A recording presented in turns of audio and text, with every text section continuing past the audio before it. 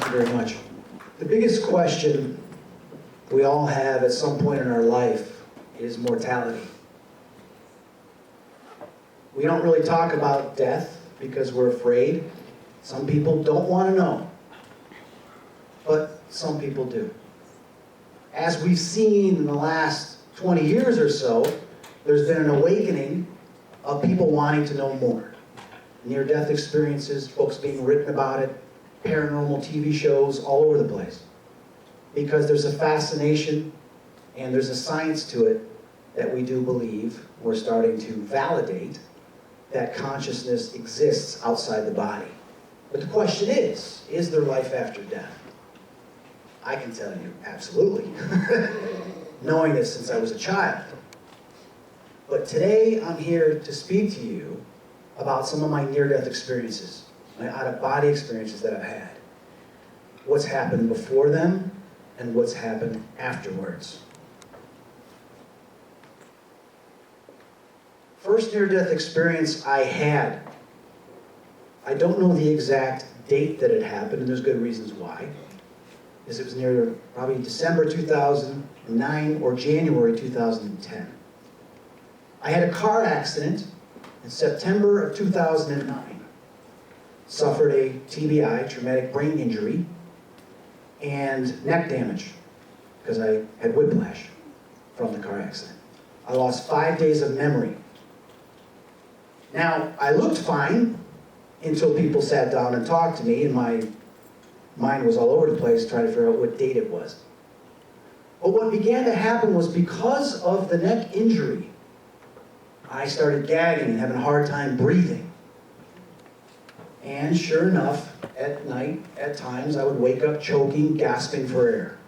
Some nights when I would go to sleep, bless you, when I would go to sleep, I would have a hard time because I couldn't breathe, so I'd have to sit up to try to sleep. Otherwise, I'd feel like I'd suffocate. You see where this is leading. So, my entire life, I've known about ghosts, spirits in the afterlife, so it was not something that was new to me. There is an awakening, a recognition, an infinite intelligence when you leave your body and you begin to cross over that you know you're coming home. So what happened? Well, all of a sudden, I am in this place, completely white, and there is this person, some would call it an angel, some would call it a spirit guide. I didn't recognize the person, but I knew who he was, where I was. And I said to him, I said, let's go. Let's go. I'm here right now. I can feel it. I'm free. I know I'm dead. Let's go. I want to go in. He says, whoa, whoa, whoa, whoa, hang on. Hang on. I said, listen, you know what I know from this life about the paranormal and the afterlife, and I know the universal law is free will. So if I want to go into heaven, I can go. He says, yeah, you're right. You know. I said, so there's nothing you can do to change my mind. He's like, Chris, I wouldn't force you to do anything. I wouldn't try to change your mind. I said, okay, good, then let's go. He's like, just wait. I said, what, you gonna tell me that I have to go back? He's like, well, yeah, you do. I said, no, let's go. He says, okay. Something on the microphone. Shake it a little bit. Shake and bake. Check, check, check. So I said to him, I said, well, let's go. He says, well, can I show you something first? I said, sure, go ahead. He says, turn to the left. I turned to the left, and all of a sudden, I see all these people. All these people. And then I realized that I'm on some ledge, like a bridge, and we're looking down. We see all these people. Now, I don't recognize any of these people. But what I do recognize uncomfortably is they're all looking at us. Every single one of them. Men, women, children. And they're all next to each other in white, slightly blue, glow to it, pearlescent robes.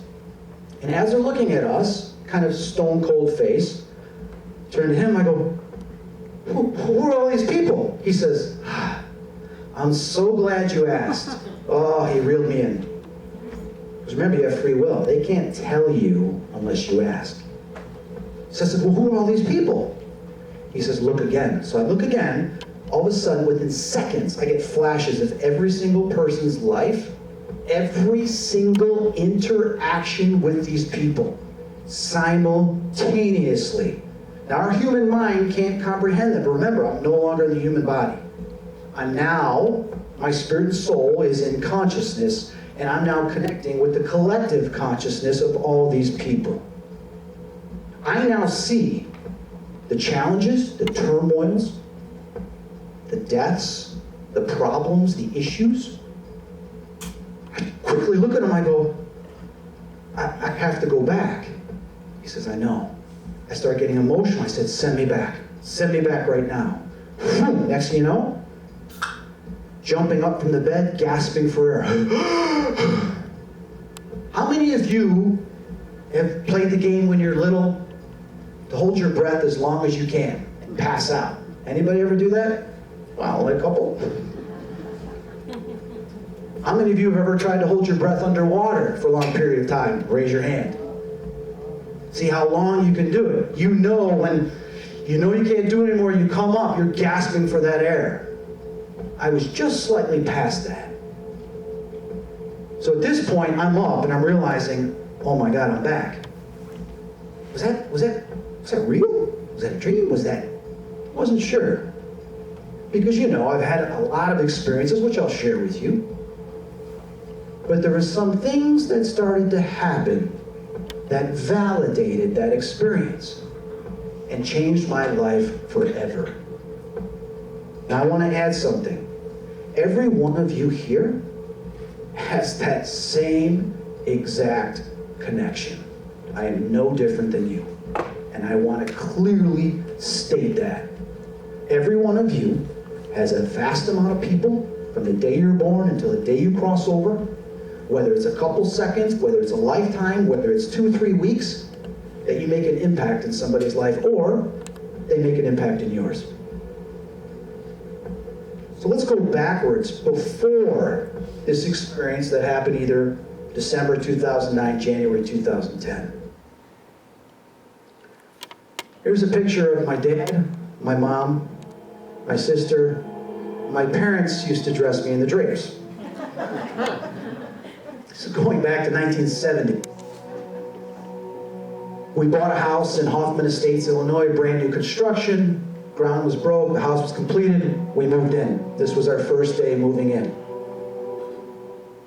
My dad played professional hockey, 13 years in the NHL. Played for the Chicago Blackhawks, 1961, won the Stanley Cup.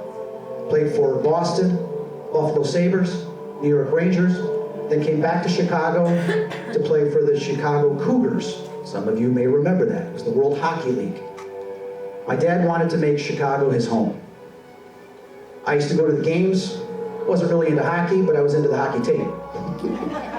I once taped my sister's hands behind her head and put mouth over her and taped her to a wall. My dad was not happy.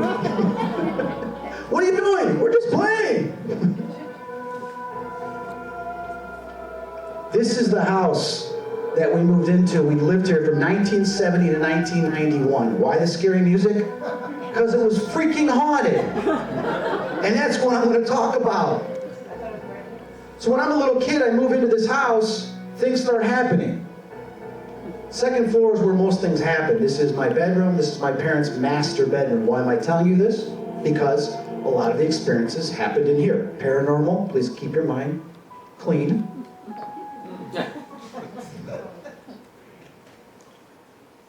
Call him Henry. The Ouija board told me years later.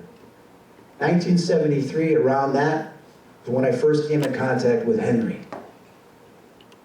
Sleeping in my parents' room, and my mom was a flight attendant for TWA, so she was out on some flights.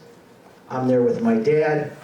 All of a sudden, we hear my sister screaming. She's having some type of nightmare, so my dad and I get out of bed. I was sleeping in this room because I started seeing shadows that were coming out of the walls, and it was scaring me. My dad thought I was having nightmares. I disagreed, but here was the revelation. We raced into my sister's room. She's like, Daddy, there's a man that came out of the wall. He was standing at the edge of my bed. I said, Dad, I told you. There's these shadows that are moving around the house. He says, son, you're putting this in her head. You're giving her nightmares. He says, if you don't stop, you're going to sleep in your room tonight. I said, oh, no. That thing went through that wall, as she said, which means it's now in my room. I am not going in my room, right? Because these things will go through walls. So I said, Dad said, get back in the room. I'll be there in a minute. I said, Dad, whatever you do, don't turn off the lights. So as I make it into my parents' master bedroom, my dad shuts off the lights, and I'm face to face with this ghost. And I'm staring at this thing. And I'm thinking, oh my God, my dad's in the other room, I'm here, I'm dead. I'm like, please don't hurt me. All of a sudden, it glides to the side to let me pass. It listened to what I was thinking. Dad comes in the room. I said, Dad, there's someone right there. He says, son, ignore them, they will go away. Who says that? Someone that doesn't want to talk about it. So my dad and I didn't talk about it. But I became fascinated, and over the years, I was seeing these things. I was telling my mom's like, we need to figure out why we have ghosts in this house. Couldn't figure it out because it was brand new construction. So I would watch these things go around the bed, they would glide, and they would go down the hall. What was interesting is sometimes when they would stop in front of the mirror and you would see their reflection.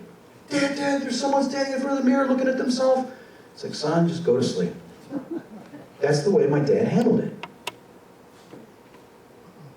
So my dad got traded to, I can't remember what team it was, but we had to move to Salt Lake City for 6 months during the season. So we went to Salt Lake City, and just before we were going to go, my dad was looking for a place. One night, I had this precognitive dream. I woke up screaming. Mom comes into the room. I said, Mom, Kelly's gonna die. She's like, what? Now my sister was only about a year and a half old. Okay, I was about 3. And I'm sitting there telling my mom, crying. My mom goes into her room, checks on her, and sees that my sister is okay. She comes back. She goes, Chris, tell me about this dream. I said, well, it was really dark, and when she goes, no, slow down. What do you see around you? I said, well, there's all these other kids there, and there's a really tall girl with blonde hair. Kelly's holding her hand. All of a sudden, Kelly falls into this darkness. She goes, what do you mean darkness? Well, it's water, but it's all dark. She's like, okay, what happens next? Well, the girl goes and grabs this really long thing and is trying to grab her, and she can't grab her. He's like, okay, what happens next? She goes, well, everybody's screaming, and I'm just standing there, and then the girl throws this giant lifesaver candy. Well, lifesaver candy, life preserver, right? But as a kid, you look at something, you call it what you think of or know of at the time. Mom says, stop right there. What happens? Well, then she sinks, and then I jump in, and everything goes dark. She's like, Chris, you can't swim. Don't you dare jump in there. If something like this happens, my mom rehearsed it with me, I want you to race and go get help. Do you understand? Yes. You race and go get help. Okay. Tell me, what do you do if this happens? I race and go get help. So my mom was conditioning me. Why? My mom's had dreams come true too. She believed that this was a prophecy. She tells my dad, Reggie, whatever you do, don't get a place that has a pool or any water near it. Okay. Next thing you know, 6 months later, we're living in this apartment complex. My parents are having some friends over. All the kids are getting noisy. They tell us, why don't you kids go play outside? So we go outside. This one tall blonde girl she's 13, responsible for my sister, so she's holding her hand. My sister's in a little snowsuit because it's in the fall. It's really cold out. And it would have been November. She says, is there a pool around here? Yeah, there's one, a couple blocks away. So we walk over there, about a block away. We walk over there, and there's a tarp that is over the pool, but it had rained a lot, so the tarp filled in with water. She said, let's play a game. Everybody touched their foot on the tarp. So we're all leaning over, touching the tarp. Everybody's doing that. And all the kids go, well, Kelly has to do it too. This is only a year and a half. So, come on, Kelly, you got to do it. So she's holding Kelly. All of a sudden, Kelly slips out of her hands, slides down the tarp into the water. I'm sitting there going, all right, well, you got to get her. The girl comes out and gets a skimmer. She's trying to get her, can't get her. Now, my sister has a snowsuit on, so she's floating. The girl goes and gets a life preserver and throws the life preserver. Kelly's gonna drown. Race to go get help. I sprinted out of the pool area, across the parking lot. There was a maintenance man working on the doorbell. I'm screaming, Kelly's drowning. He's like, we're in the pool. He races over there. I yell down to the window. I'm screaming and yelling because I can't get in. My mom comes out. What are you doing? It's Kelly's. Don't mess with me, Chris. It's not funny. She's drowning. She's in the pool. My mom leaps over the fence. All these parents come stumbling out. They race over to the pool. They create a human chain. And my mom, who was really light, she was like 98 pounds, 100 pounds. She slides down the tarp. Just as she's starting to get on the tarp to go down, my sister goes under. Her snowsuit filled up. She pulls her right out like a top. And they put towels around her. She's okay. My mom's furious at us for what we're doing. The moral of the story, if I didn't have this dream and my mom didn't tell me what to do, my sister would have died. We still talk about this today. So because of this, I was scared of my dreams. Every dream, right? They were like over-exaggerated to me that something's going to happen. Months later, I have this dream. But it wasn't a dream. I'm in my bed. Everything goes dark. I'm looking around like, where am I? And I see these glows of people. And all of a sudden I see my dad start going up. I'm like, oh, my dad's soul is going up to heaven. He's dead. So I chase after my dad. I'm like, Dad, Dad. He doesn't hear me. I'm going after him, going after him. All of a sudden I see this, the darkness goes away. I see this little light blue, and I see all white. Then I see this huge, beautiful crystal tower. My dad flies into the top window. I fly in after him to the top window, and when I walk in there, I see all these people cheering, celebrating, drinking wine, laughing. They're all wearing white robes, and there's my dad, like center of attention, and all these people are there, and he's talking to them, laughing, and I come in, and they look at me like, my dad's like, what are you doing here? I said, Dad, you're dead. Why are you in heaven? Don't die. He's like, son, I'm not dead. I go, yes, you are. You're in heaven. He said, son, my soul is here. I'll be going back. I'm just traveling. I said, what do you mean you're just traveling? You're dead. He says, son, one day you'll understand. Go back to your body. And I'm like, no. Back in my body. I wake up screaming. I tell my mom. My mom comes in. She's like, oh my God, here we go again. Trying to get hold of my dad. You know, in those days we had the rotary phones. Couldn't get a hold of him. Finally she gets a hold of him. He's fine. He's in, I guess it was Utah or wherever else it was at the time. Chris, your dad's fine. Well, but I don't understand this. At the time, I didn't understand it. But later on, I would. So, the ghost things kept happening, where we're seeing these ghosts. Felt something, saw something in my room. I'm like, I'm not going to be in my room alone. So I go into my parents' room. My dad's there. Like, Dad, there's something in my room again. He says, okay, go to sleep. We wake up an hour or two later. My dad wakes up, starts going down the hallway to go to the bathroom. I'm like, where are you going? He's like, I'm going to the bathroom. All of a sudden, this spirit, this white vapory mist comes out of the closet and starts following my dad, like making fun of him, right? And I start laughing. I'm like, Dad, there's one right behind you. It's making fun of you. And it shoots back into the closet. My dad's completely ignoring me. So I'm watching it. I'm laying there in bed, sitting up going, where'd it go? It went right through the closet. My dad's in there peeing. Where the heck is this thing? All of a sudden, it comes out of the wall, starts hovering right above me, and I'm watching this white vaporous mist. I'm like, what is this? All of a sudden, it slowly starts to turn into a face. It takes the appearance of a male face. So now I know this is a male spirit. I'm like, how did it do that? And it looks at me, and it's like, hey, he can see me. All of a sudden, as this thing's hovering there, it shoots to the side of the bed and begins to manifest.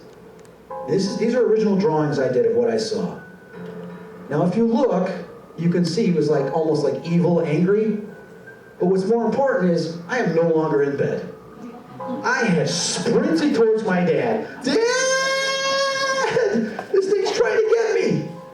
And my dad's like, what are you doing? I'm peeing. He's like, Dad, it's right there. It's right by the bed.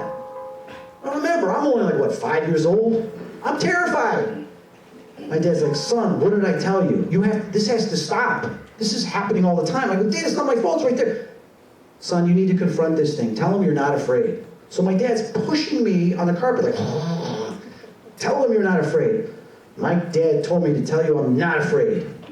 That's how I did it. My dad told me, right?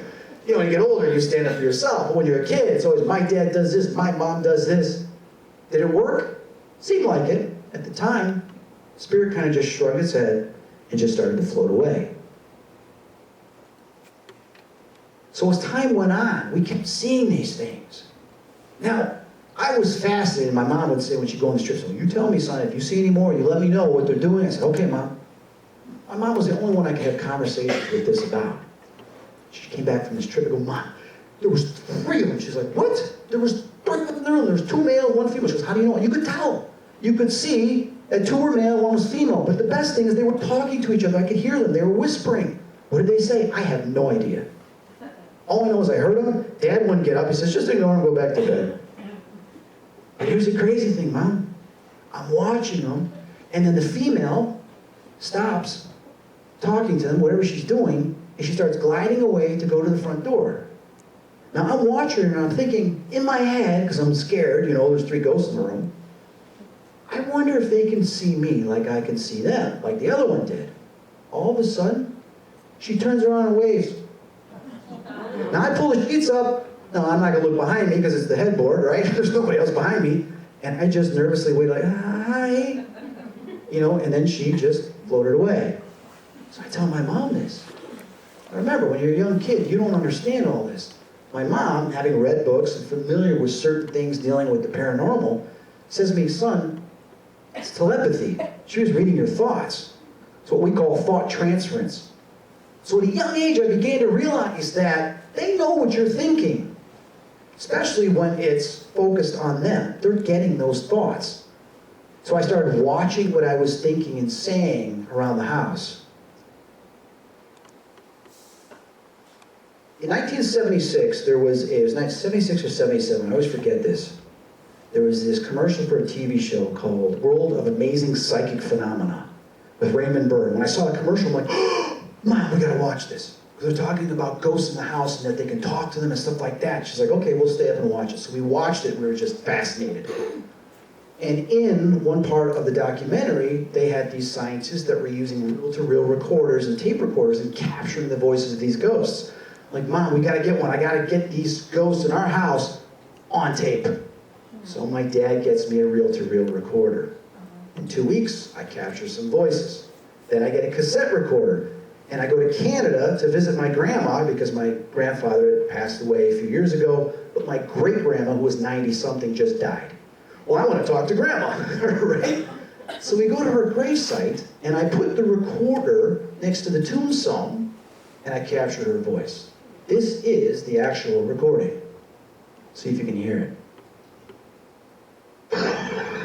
Supernatural spirits, prevention, protection.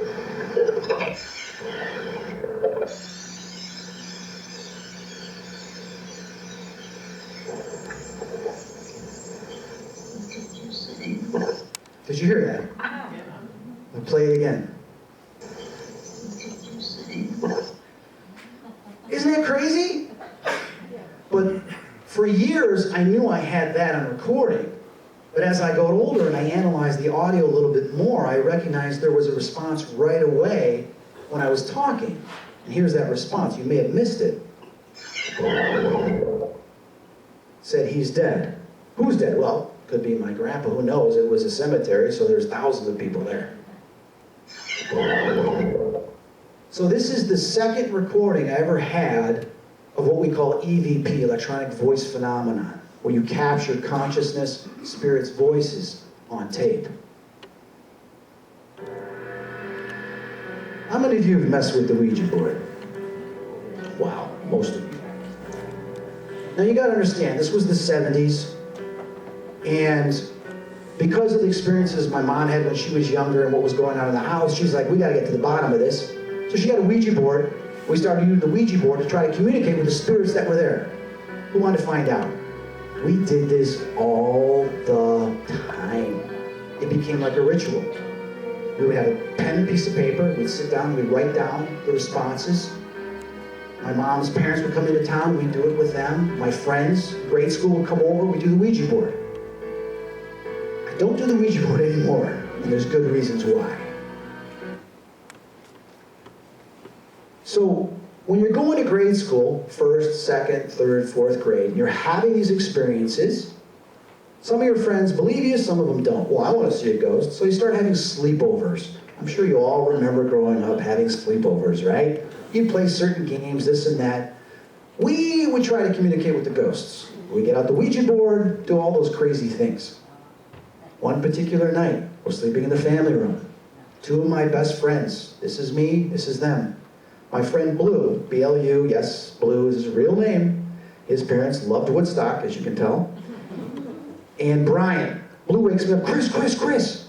We see this white mist coming down the back of the hill.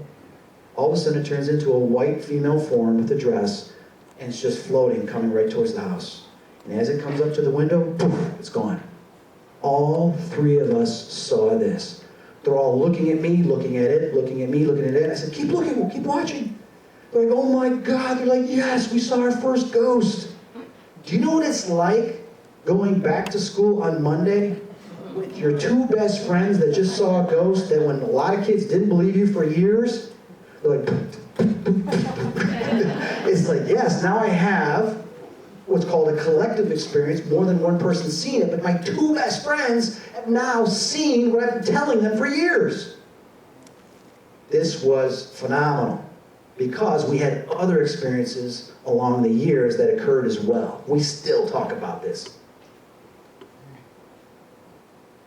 So we become fascinated trying to gain new information and knowledge from the Ouija board. Ask them lots of questions. But then we used to talk to certain spirits, says, do you want to see what we see? Sure. So they would tell us to lay down at times, focus on our breathing, and to rub our temples. So we'd sit there, and we'd rub each other's temples, and try to get to go into a dream state, they call it. We go into this dream state, and we start to see things. And they said, we will show you your past lives, we will show you the spirit world, those types of things. So, Blue and myself, Brian never really had anything happen. But Blue and I did. We started having these really vivid dreams while we were doing this. And we'd come back and they'd say, oh, you were gone for like 15, 20 minutes. Or sometimes you were gone for only a minute, but it seems like you were gone for hours. It was really weird how time worked. One particular time, and I remember this, it was in my family room, it was during a sleepover. We're doing this, and all of a sudden, out of my body, I shoot up to the ceiling, and I'm like this, because I thought I'm going to smash right into the ceiling like a fly in a windshield. And next thing you know, I pull away, all I see is darkness and stars, and I'm like, where the heck am I? I'm just floating. I turn around, and I see the earth. I see the earth, and I'm here. Do you realize what it's like as a kid to have your soul and spirit floating in space? The first thing you're thinking is that you're going to be falling, you're going to be lost forever, right? Oh, and I'm screaming. Obviously, no one can hear me. And all I'm thinking right now, I just want to be back in my body. And then, boom, I go flying down super fast, as if I'm falling out of an airplane. And as I'm coming closer and closer to my house, I go like this because I thought I'm going to die. And then, boom, I'm back in my body. I shoot up screaming. Both of my friends jump away from me, like, what the hell just happened? I'm like, oh. And I'm hyperventilating. I said, I am never doing that again. I told him what happened. Oh, you must have been. No, it was so real. I believe this was my first out-of-body experience. That a spirit told me how to accomplish this. I vouched, I'm never doing this again. It was too terrifying. So paranormal things continued in the house. Ghosts. Other friends would see them. My mom would hear stuff. My mom never saw a ghost, but she would hear doors open and close. She would hear the moans in the house of an entity. Things would disappear and reappear. Garage would go up, she'd go out, there's nobody's there. All that type of stuff. We had babysitters that would quit because of the things going on in the house.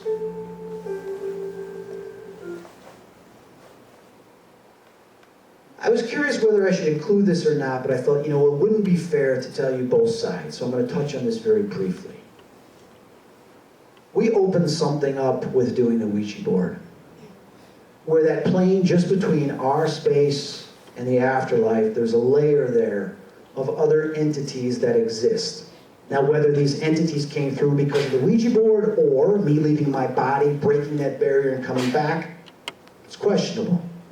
But I will tend to leave because of the Ouija board. We gave these spirits permission to enter into the home. Can we come play with you? Can we? Yes, come in. We gave them permission. So one night, I'm reading a comic book.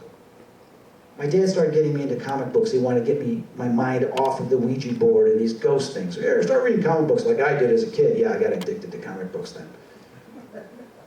But we had a sitter watching us because my dad was out playing hockey, traveling, and my mom was flying. My sister was asleep, but I was still in bed because I wanted to finish this story. Sitter comes in saying, hey, you need to go to bed. You gotta go to school tomorrow. And I'm like, well, you know, I want to finish this. She's like, all right, well, you got 5 more minutes. I'm like, okay, so I'm reading this. All of a sudden, you ever get that where you feel something staring at you, right? Come to a stoplight, and you turn to look and someone's looking at you. Whoa, and you look away. Well, I look up, and I see these faces, multiple faces, coming through the wall. Now, I'd never seen these faces before. Small little faces, reptilian creature-like. When I looked up, they're gone. I'm like, wait a minute. Did I just imagine that? I'm like, okay, all right. So I go back to the comic book, and I start to see it again in my outside peripheral. I look back up, and there they are again. So I scream, they disappear. All of a sudden, this black mask comes out of the closet. The closet swings open, it comes right out, it's huge. I felt this overwhelming sense of fear, so I race out of my bedroom into my parents' room, where she's folding the laundry, and I turn around. She's like, Lordy Jesus! And she sees this black mask come in right behind me. She starts grabbing the towels and throwing all the laundry at it. I'm behind her screaming that we're gonna die. When you see something like this, when you feel this evil, this fear, it is overwhelming. She starts praying. She says, Our Father, who art in heaven. And all of a sudden, this thing was getting irritated by the prayers. I go, keep doing it. It couldn't break this barrier. It's as if there was some type of barrier it could not get past. And I'm watching it bounce all over, getting so mad like a fly that's trapped within a window. And all of a sudden, it just disperses and it's gone. Now, I don't remember from that moment to the next morning, but all I remember is the next morning, she's got her bags packed, and she goes, you're not going to school today, I quit. My dad comes home, drives her to the city. She says, I'm never coming back to your house again. She says, you have the devil in your house. I said, see, Dad, I told you this stuff. It's like, son, you put this in your head. She turns around and she goes, don't ever listen to what your father says. I know what I saw. You know what you saw. Keep going to church. So I was like, don't go. Well, it didn't end there. When you feel this and experience this, you recognize that feeling. So what began to happen, this sixth sense that I had, this ESP, I knew when they were coming. I knew when they were around. I could feel it. So I started sleeping with the lights on in the hallway. My dad would get upset. Turn the lights off. No, Dad. They'll show up if it's dark. Well, this night they didn't. So I wake up, and I could feel there was something watching me, something in the house. All of a sudden, I got my eye in the doorway because I could feel something. This little creature walks across the doorway. Had a shadow to it, had some type of shrug to it. I held my breath out of fear. I'm like, I don't want it to know that I'm awake. Walked into my sister's room. I'm like, take her. I'm just too scared. So I don't even know how long I was awake, but I was completely terrified, and I know to this day what I saw. So because of this and other dreams I had, nightmares, I'd wake up with scratches on my back, those types of things. Things would pull on the sheets, jump on the bed and jump off. My mom's like, that's it. When I went to church, I went to a Catholic school, confession, I would tell them about this. The priest's like, this is fascinating. Would you like to do face-to-face? Sure. So I'd go around and then we'd sit there face-to-face. And I would tell Father Malcolm, I would tell Father Welsh the things that I was experiencing. And he would tell me, you need to start praying. Read Psalm 91, read this. Do you want me to come to the house and bless it? No, because I don't want the other ghosts to go away. So I started praying and stuff like that. My mom bought me this little plastic sword because then Star Wars came out and she got me this little sword that glowed in the dark. The angels, this will protect you. So then I started seeing angels. I started seeing these white things that would appear in the house and chase these black things away. I started having dreams of angels battling. This is one of the visions I had that I drew when I was a little kid. I saw him there because I was in this darkness and I saw these things coming at me with these voices, and all of a sudden this big light appeared and then he was standing there and they went away. So I started putting more of my faith into angels. Out-of-body experience number 2. I went to St. Teresa, which was in Palatine, Illinois. And during recess, we were out playing. I think this was maybe 4th grade, maybe 5th. And Johnny had a tennis ball, and they were throwing the tennis ball against the church. And we would catch it, and whoever would catch it would then throw it again. Well, some kids, they can be really cruel, right? One of the kids took the tennis ball and threw it down the stairs behind the church. So Johnny goes down to get it, and some of them start spitting on him. And I saw this, and it didn't make sense to me. Why? We were playing, we were having fun. Why would you do that? So I raced over there to block them and say, stop, what are you doing? To get in the way. That's why my dad trained me to always step in and stop things that he didn't agree with. So I got in the way to stop them, but Johnny turns around, and because I'm standing at the top of the steps, he's thinking I did it. And I didn't do it. So he goes into this rage, comes racing up, jumps on top of me, starts punching me. And I'm just on my back as he's punching me, why is he doing this?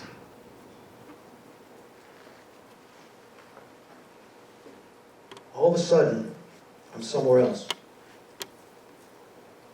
And I'm standing here, and there are 2 angels behind me. One has their hand on my left shoulder, one on my right shoulder. And I feel this overwhelming sense of peace. I hear them saying to me, it's okay, it'll pass. It's not your fault. He doesn't know. I'm like, but why is he doing this? He doesn't know. He thought you did it. But I didn't do it. We know. It'll pass.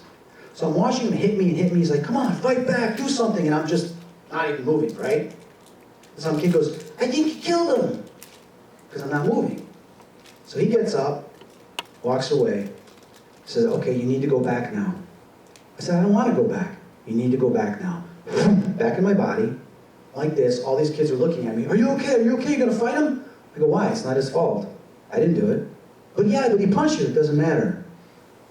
I get up. I didn't have any bruises on me, nothing. My shirt was a little torn, but that was it. I had total forgiveness and compassion for him. I brought it with me back. So that, to me, was an out-of-body experience. So we continued to do the Ouija board, and things got a little out of control. I'm not going to get into all that. Basically tore the family apart, and it got dark. We went through some dark times. And then during the day, one day, this black mass was coming down the stairs, and I had enough. I remember what the priest told me. I took the holy water, the cross, and I said, be gone, and things stopped for a long time. That was it. But I came home one time in high school, my mom's got the Ouija board again. I go, where'd you? She goes, well, the friends are over, we're going to do it. Mom, no, you can't do this. I got rid of them. So I said, if you ever do this, I have to be home because I know how to get rid of them. So I grew up thinking that I was, in a way, invulnerable, that I could fight this stuff. All right, we've got, should we take a break? Is it too early or take a break? 2 more minutes? Yeah, let me go to this. I'll stay for 2 minutes. I have a whole other section of stuff we're going to go into. But, as a kid, I used to draw, as you could see. I went to college for psychology as well as for art. I got a degree in fine art. And over the years, I painted, as you see, some of the stuff that I witnessed. But then I've also done some creative stuff as well. So I've got some artwork out there for sale. I had some other prints I was going to bring today. I sold out this week, so I apologize I couldn't bring them. So we're going to take a 30-minute break. Go get some cookies, some coffee, chat with some people. If you want to come up and ask me questions. I have some t-shirts available there with the logo of St. Michael's shield, as well as some magazines that I used to publish and some artwork. And then we'll talk later on too about some of the spirit art that I do. You have anything you want to say? Okay. All right, we'll take a break for a half hour, and then we'll come back. All right, let's laugh for a little bit. How many have pets in this room? All right, sorry, this is just cats. I love dogs too, turtles and everything, but let's just laugh before we get started.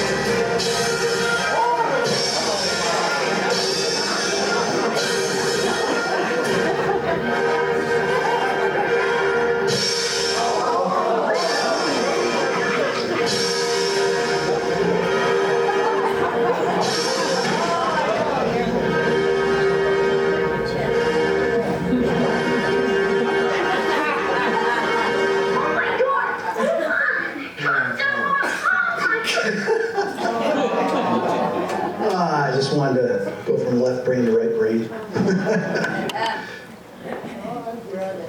Over the years, I've been dealing with cases regarding hauntings, encounters, possessions, attachments, been involved in deliverance and exorcisms. Also, I've been studying myself near-death experiences for over 35 years, fascinated with it when I started to realize that people actually had experiences going the other side and coming back. But I have a nice network of colleagues of mine that are parapsychologists, scientists, engineers. Some of them have worked for the Pentagon, for IBM, for NASA, creating thermometers and temperature gauges. We work together in creating certain experimentation and devices and communicating with the afterlife, paranormal. So for me, I'm always fascinated about new devices to do that, specifically ITC, instrumental trance communication, hearing their voices, and new techniques to communicate, meditation, such as, I was talking earlier about Robert Monroe, the gateway, certain forms of consciousness using frequencies to get in that state of mind to separate, obviously because of some of my experiences in the past. I remember my mom had read this book. She goes, "You gotta read this book." I'm like, "I don't want to read that. I know all about ghosts." She goes, "No, this woman went to the other side, saw Jesus, and came back." I'm like, "I don't want to read it." So she had the book. She goes, "Well, I'm going to put it right here in your room, whenever you want to read it." So I'd look at it. I never wanted to read it because I went through this really selfish, stubborn stage. And I remember one sunny day, in the middle of the day, I had nothing to do. I said, all right, I just sat there. And I sat in my bed. I opened up to the middle of the book, and I started reading. I couldn't put it down. Now remember, I started at the middle of the book, and I read it all the way to the end, and I'm crying. And I gotta go read it, so I read the whole thing again. How many of you have ever started in the middle of a book, just see what it's like, and you couldn't put it down, and you read it? Anybody there? It's just me. Oh, wow. Just about everybody. All right. I was blown away. Here was someone describing this experience, so I became fascinated by it. And then some friends of mine that were reborn Christians, I got them books and sent it to them. Most of them sent it back, saying, "Oh, it's the devil, nobody does it." And I said, "What do you think, God's going to stop reaching out to people, or people going to stop having experiences because of the Bible? That's not the only book, the only experience that ever happened. It was 2,000 years ago. Come on."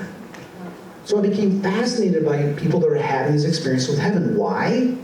Because I had experience with Jesus when I was in 6th grade. I saw angels, I saw demons, but I wanted to know more about the other side.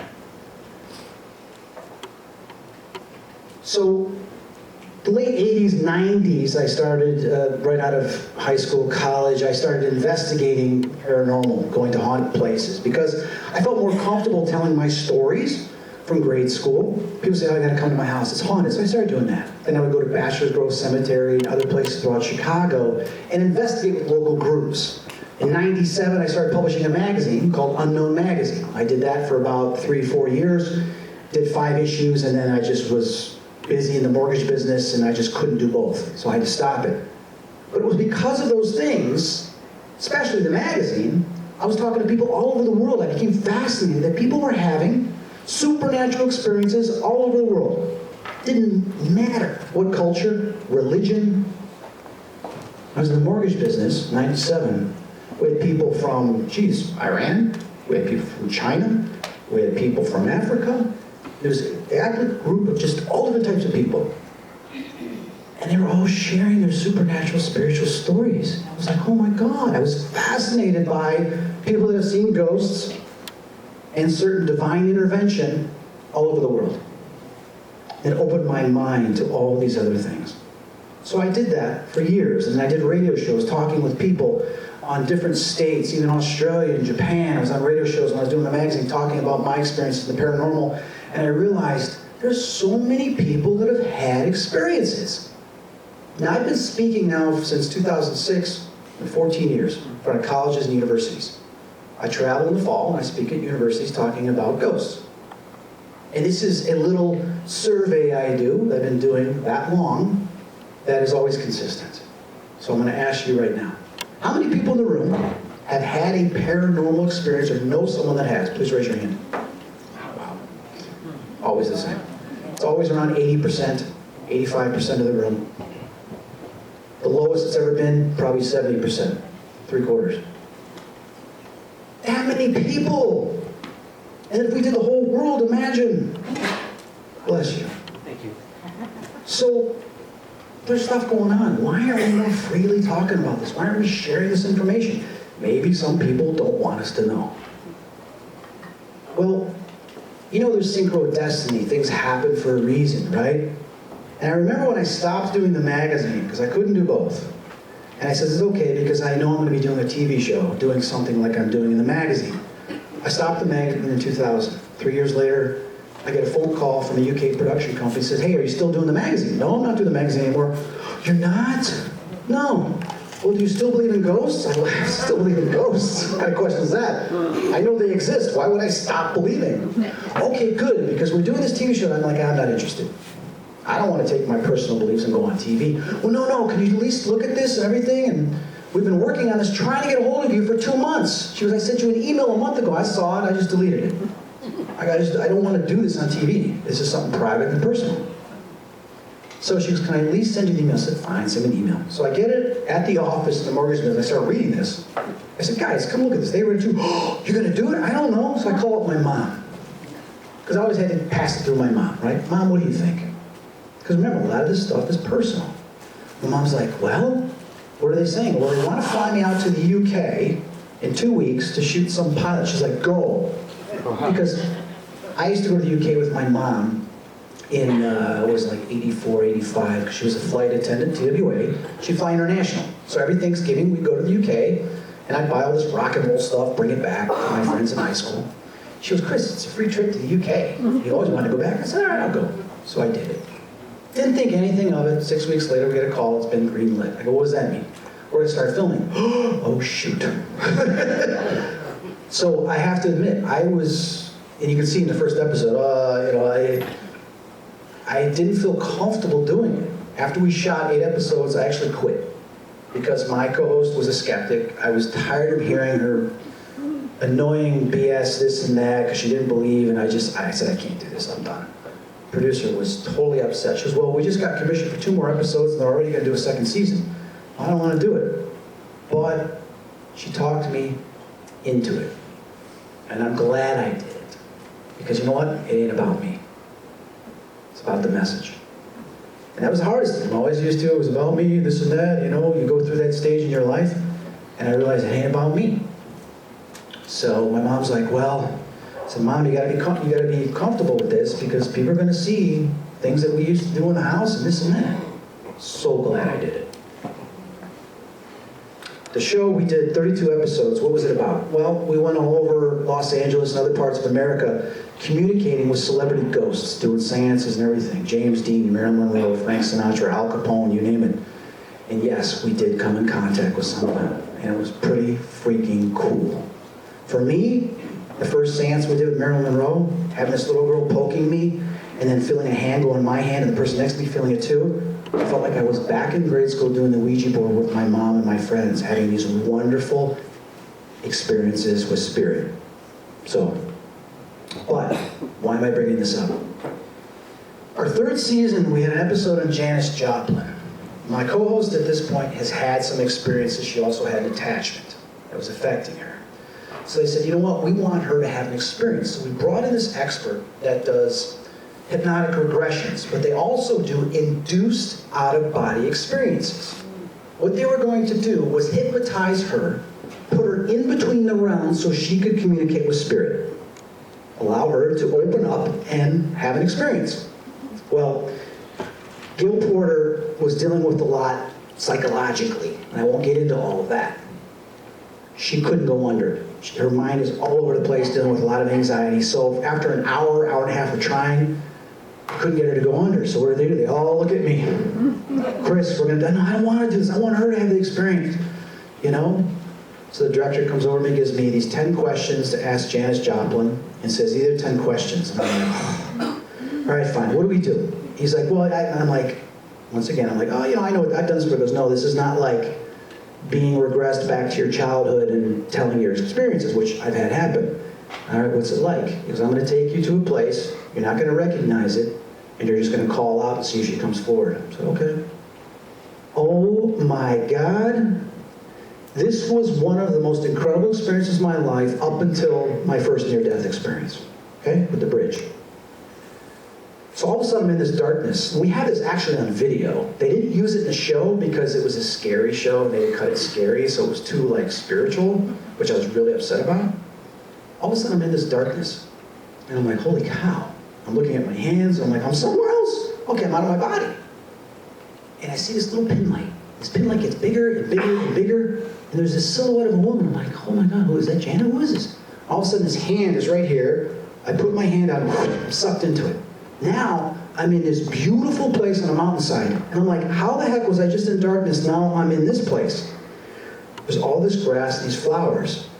And I didn't even look at it because I was so amazed at the colors and the beauty. And the more I looked at it, the more I felt it. I felt the grass, I felt the flowers, and I looked up and saw the trees and the air and then the water. There was a lake. Everything was glistening. And I'm like, why is everything glistening? And I started hearing this little tone. So I started becoming one with the tone, and next thing you know, I'm a part of the blade of grass. My consciousness is collected into the flowers, and as we start to walk, I go, oh my God, am I stepping and crushing this? And I saw my heel coming down from their perspective, and it was becoming one with it. The energy of me was becoming one with that. It wasn't crushing it. It was becoming one. And it would come up and become one. And then I recognized there was this communication between the grass, the trees, the air, the flowers, unconditional love that was being sent somewhere, and I followed it. It was going to the Creator, and it was coming right back. It was recycling this unconditional love, and I was like, oh. All of a sudden, every memory, everything I ever had, worry, everything was completely gone, and I felt totally at peace, and I looked up at her. She smiles. She goes, does this answer all your questions? I said, yeah. Who cares about all that other stuff? She goes, let's walk. We start walking. I'm like, this is beautiful. I said, you're beautiful. She's like, thank you. I said, you know, I never knew who you were or liked your music. And she goes, it's okay, it doesn't matter. It doesn't matter here. I said, yeah, I see that. I don't even want to ask you these questions because it's meaningless. She goes, yeah, it is. I said, so is this heaven? She goes, no. Wait a minute, this ain't heaven? She goes, this is my heaven. So I'm thinking in my head, I don't even say it yet to her. I go, what, am I going to hell? She smiles, she goes, no, silly. Your heaven will be even more beautiful. I go, how can it be more beautiful than this? She goes, you have a lot to learn. So we're walking, and I'm like, oh, this is just incredible. So as we're walking, I hear them calling. She goes, they're calling you back now, you have to go. She goes, what do you mean, I just got here? Well, to them, it's been a long time. For here, you feel like you just got here. I said, well, I don't want to go back. She's like, Chris, you have to go back. I said, I can't. She goes, I know, but you have to. And I'm like, no. Next thing I know, I'm back in my body, and I'm looking at everybody. I was gone for like 45 minutes, an hour.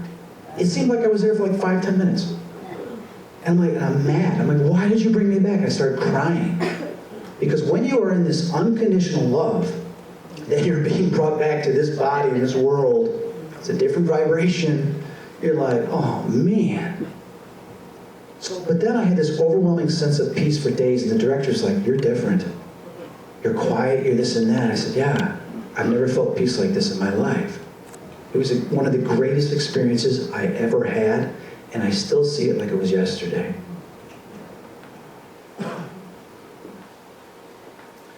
So as years went on, after doing Dead Famous, I was becoming familiar with electromagnetic field and the research involving communication through electromagnetic field with consciousness. So I was brought on Ghost Hunters, and I made an appearance on that TV show with Jason and Grant, and then brought into Psychic Kids to help some of the kids that were dealing with psychic abilities, seeing ghosts, and obviously my past I shared with them, using certain principles to try to get through it and make their life a lot easier. Then I got involved with Gary Galka, who had designed the Mel meter. He had lost his daughter in a car accident, so he'd been trying to communicate with her. He devised and created certain temperature gauges for NASA that were used in the space shuttle, as well as other major corporations. So he created this device using electromagnetic field to try to communicate with her. We both were on the same page to try to create a radio based on Frank Sumption and some of the other devices out there to communicate back and forth, which is now called the Spirit Box, the SB7. So we created the first device, which I used on Ghost Adventures Live in 2009. And you see me on the second hour with Zach, introducing this device to the world. It was a great accomplishment to make something affordable for everybody and to use this in their paranormal investigating. During that time period, I was doing a lot of ghost hunts, going to a lot of places and communicating. So I want to play a couple EVPs for you. Can you speak right now to this recorder? Can you hear my voice? Did you hear that? Yeah. Play it again. Yes. Where? I can't see you. But this is what is called EVP, electronic voice phenomenon. When a ghost or spirit is in a home, we can't see them, but using audio recordings, we can ask a question, and when we play it back, there's their response. Well, at the end of 2008, I was having maybe about the third or fourth dream I had, nightmare about my house. We moved out in 1991.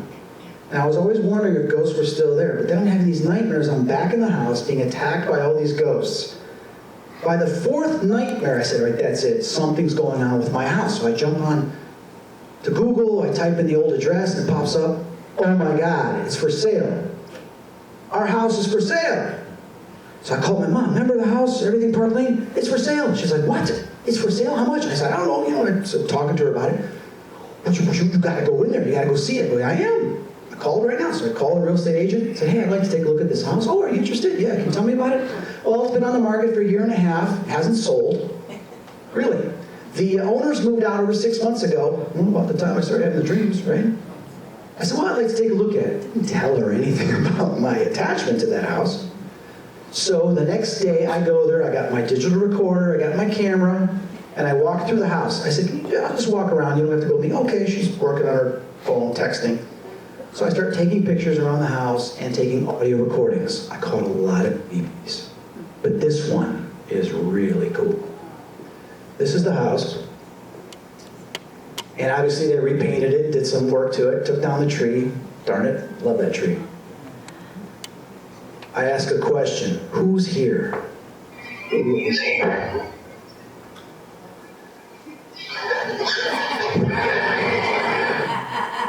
Not one, not two, but so many? Who is here?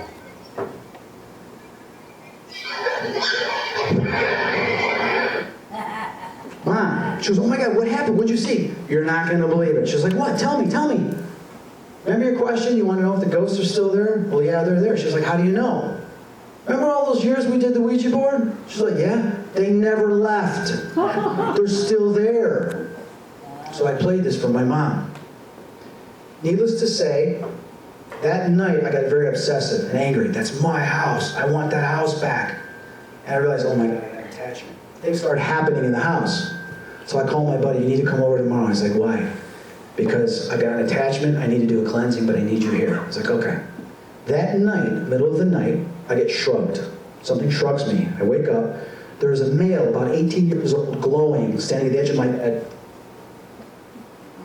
I'm looking at him going, what? I said, were you in my dream? I was just having a nightmare about the house again? Or are you attached to my house trying to tell me something? He's like, it's because of you. And I'm like, listen, I'm going to bed. I'm tired. I'll talk to you tomorrow. That's the way I get with this, because you get used to it. You have to set parameters. So the morning I get up, I get my spirit box, my buddy comes over. I said, who's the spirit that was at the side of it? Sean. Where did Sean come from? You called him. What do you mean I called him? Years ago, doing the Ouija board, he came to your house and he's been trapped there ever since. There's 4 other spirits, 5 total, that followed you to this house now. They want to be released. You have to give them permission to release. I'm like, what? So I told my buddy, and I got the spirit box going. We do prayers. I start doing prayers. As we're doing it, comical. You start hearing, oh great, we gotta go now. The ghosts that are in my house, other ghosts are like, oh great, we gotta go too now. What are we gonna do? I don't know, we're gonna be outside. They're all arguing about, where are we gonna go now? I don't know. Well, we're in the other house, now we're here, now we gotta leave? And you see them arguing, like people would be like, you're kicking them out. Sorry guys, you gotta go. As I'm doing the prayers, the power goes out in my house. My buddy screams, ah! I said, just relax. Power goes back on. You hear the spirit box say, it's over. It's over. We look at each other, I go, I guess that's it. We go out to my hallway and we both start laughing. We can't stop laughing. Why are you laughing? I don't know. Well, why do you feel like you're laughing? Because the energy in your house has changed. He says, Chris, it feels so good. It's like joyful. It's cheerful. I said, I know. That was the energy that came in, took out this negative stuff, these attachments, as well as anything else that was in my house, and removed it. Then I began to realize, wow, this can be used to kind of remove some of the other stuff, the oppression, the negative, the spirits that are just dragging around, confused, lost. That energy also attaches to you. It absorbs to you, can affect your mentality, your behaviors, your emotions. So, in 2005, my dad and I had a falling out. We didn't talk for a bunch of years. I get a phone call, my dad had a stroke and a heart attack. So I raced to the hospital. For 5 years, I spent time with him. He was admitted into Claremont in Buffalo Grove, a care center. And he was semi-paralyzed, he could only move his arm. And he had to be fed at times, and he had to be bathed and stuff like that. So I went to see him every single week. I spent time with him. We talked about everything. We talked about the past. We talked about the ghosts. He says, son, they're not ghosts. What do you mean they're not ghosts? There's no such thing as ghosts. Dad, how can you say that? It's like, son, they're people. I go, people? Yes, people. So wait a minute. The time Kelly screamed, we went into a room, she said there was a man there, and I went back and I told you I was face to face with the ghost. You walked back in. You didn't see a ghost? Nope, didn't see a ghost. Did you see a person? Yep. So you saw the male figure there? He goes, yes, I did. And the times when there was 3 of them? He goes, yep. Why did you say? He says, why? They were bothering you, not me. Oh my God. He's like, son, listen. I was having a hard time with hockey because it was at the end of my career. Your mother and I were not getting along. I was trying to find work, and I had to support you, support myself, everything else. That was my priority. As long as I didn't bother them, they didn't bother me. That was the last thing I needed to deal with. I said, but Dad, all the stuff I was going through. He's like, son, that's why I kept telling you, just ignore them. That's what I did. I'm like, Dad, if you weren't in that hospital bed right now, I would put you there. So we talked about this. Because my dad was a professional athlete. Okay? Then he did add specialties, selling items with stuff on it. He used to say, why are you doing this Monster magazine talking about that stuff? You know, people are going to make fun of you. I said, Dad, I don't care. You had your sports, won Stanley Cup, this is what I do. Okay? So we had some really interesting conversations about this. I said, Dad, do you want to know what it's like on the other side? I've been there. I was with Janice and this and that, and I understand consciousness. He's like, yeah. So we talked about it. I told him what it's like to be out of the body, and how what you think you become, and how you can... Dad, when you're out of your body, you're dead. You want to talk to Kelly and I, you need to think of us. But you don't have to think of like, I got to walk. You don't walk, you don't have the body. Just say, I want to be next to Chris. I want to see what he's doing. And boom, you're there. That's how it works. It's based on thought. You're there instantly. Well, I hope so. I said, it is, Dad. So I told him, I said, when you pass, make a promise that you communicate with me. He says, well, I'll try. I said, don't just try. You owe me, Dad. For all those years, you freaking owe me. So for 5 years, my dad never knew who his father was. Okay, when my grandma, his mother, was pregnant at 18, she didn't tell anybody. So my dad grew up his entire life, every day, wondering who his father was, and nobody ever told him. That was hard for him. So he always said to me, I love you. That was something we always said, okay? And, you know, when you go to high school, you're like, you know, come on, give me a kiss. No, Dad, come on, in front of everybody. You don't play football, come on. He said, well, I love you anyway. So every time we were on the phone, or when I would leave the hospital, we would say, I love you. We played a game, who would say it first, who would say it last? I love you, I love you, I love you, I love you, right? I'll never forget one time, he's laying there, and unfortunately, because he also had a concussion, he suffered from CTE, traumatic encephalopathy, okay, where the brain begins to deteriorate, goes into Alzheimer's, dementia, those types of things. So sometimes you just sit there and he's in that dementia state. But I'll never forget, and I have it on video, by the way, which I haven't put in my lectures yet, because I've got hours and hours. I used to videotape him talking about stuff, and some of them are on YouTube. You look for Reggie Fleming interviews, and you'll see our conversations. We just put up there him talking about hockey and this and that. But I have one where he's sitting there, and my friend Jeff Resman's there. We're sitting there, and all of a sudden the room changes, and I go, but Jeff, do you feel? He's like, yeah, someone's here. I go, yeah, someone's here. My dad's like, Dad, do you see? Somebody's like, yeah, who is it? I don't know. Dad, who is it? I don't know. Why don't you ask him? So what is he saying, Dad? He says he's my father. I got this on video. And he says he's your father. Well, that's what he says. Is there anybody else there, Dad? Yeah, there's Dickie Moore's wife or some hockey player or something, whoever it was. Some hockey player. And I'm like, oh my God, oh my God, oh my God. I know what that means. His time's coming. They're starting to gather. You see Grandma? Yeah, she's in the distance. She say anything? No. Shit. Well, he died 3 months later, just so you know. But he would also, there'd be times where he said, I love you, Dad, I love you, okay. And I walk out, I get to the elevator, Chris, just like he's doing when I was a little kid. Oh my God. I race back into the room. I go, Dad, what? He's looking at me. I love you. I love you too. You do that, right? So, spirits were telling me that he's going to pass, but he needs your permission. He's holding on because you and your sister. So I told my sister and I told my mom, I said, hey, I'm going to tell Dad to let go. You know, the doctors told me he's already lived 3 years longer than anybody with this condition. Everything else has failed. You know, his wife died and she pulled some crazy legal stuff that diluted everything he had, which was terrible. So he's got nothing, and he can't move. So it's the hardest decision you have to make. But knowing the afterlife and what they're telling me, is when you're ready, Chris, you got to tell them. So I went in there twice, and I broke down crying, and my dad says, when you're ready to tell me, and tell me. I said, I just can't do it. Well, I was ready. Told my mom, my sister, got the permission. I went in there. I said, Dad, do you want to go home? He's like, what do you mean? I said, home. He said, well, what about you and Kelly? Oh my God. Just like they've been telling me. I said, Dad, we're going to be okay. But you know you're never getting out. He's like, yeah, I know. Yeah, I do. So Dad packed her bags to go home. He's like, all right, son. Touches my cheek and he says, be strong. 6 days later, I went to visit him that Friday night. And I saw him. He didn't look good. And I was only there 15, 20 minutes. I walked out and he says, that's the last time you're going to see him alive. I said, no. So I walked back in. I said, see, I already got you beat. I said, Dad, I love you. He's like, okay, son. I said, Dad, today's Friday. I got a date tonight. I'll come Sunday and see you, okay? I'll beat it. I'll beat what they say. He died the next morning, right? So there's a whole other story there which we don't have time to say. I'll put it in my book.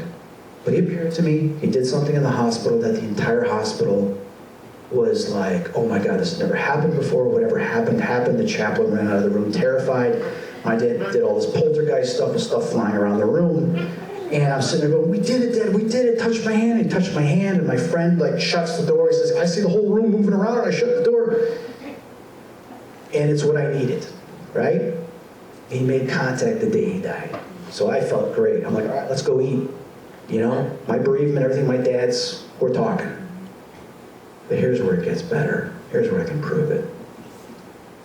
This was July of 2009. I was working on the Spirit Box with Gary Galka. We finished it about a week or two, the final demo, in October before I went on Ghost Adventures Live on October 31st. We used it live and it worked phenomenal. Just everybody all over wanted one, and well, we weren't producing it. I mean, Gary ended up producing it the next year. But that was October 31st. In November, I went on vacation to Cancun with my girlfriend at the time.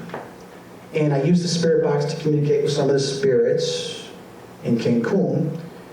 And then in December, they aired an episode of Psychic Kids, which they dedicated to my father. So it was really emotional.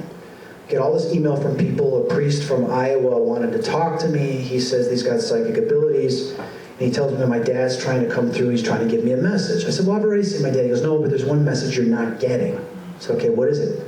He's saying, I love you.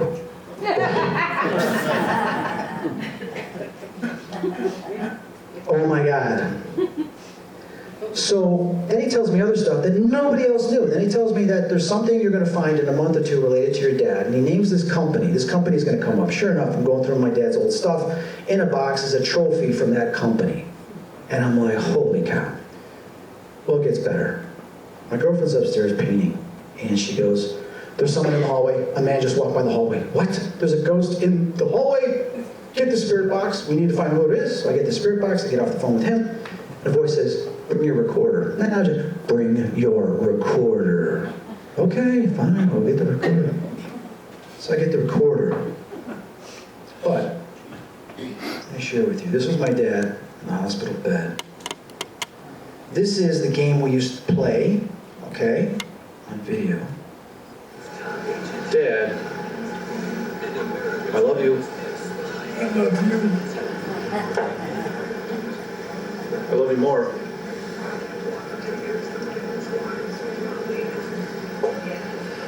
What are you thinking about, Dad?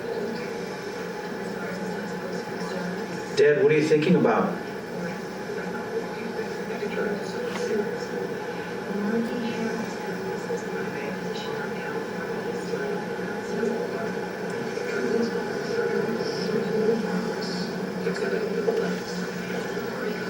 Dad, what are you thinking about?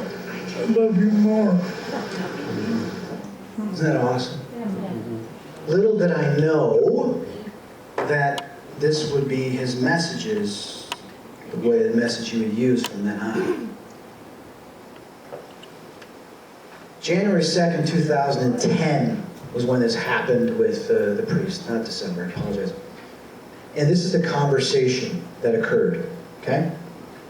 I've got some of it in type, and I've tried to match it up the best I can with what you hear in the audio, so have a listen to this. Is there somebody in my house right now? If there is, will you please speak to us through this device? Is there anything you want to say?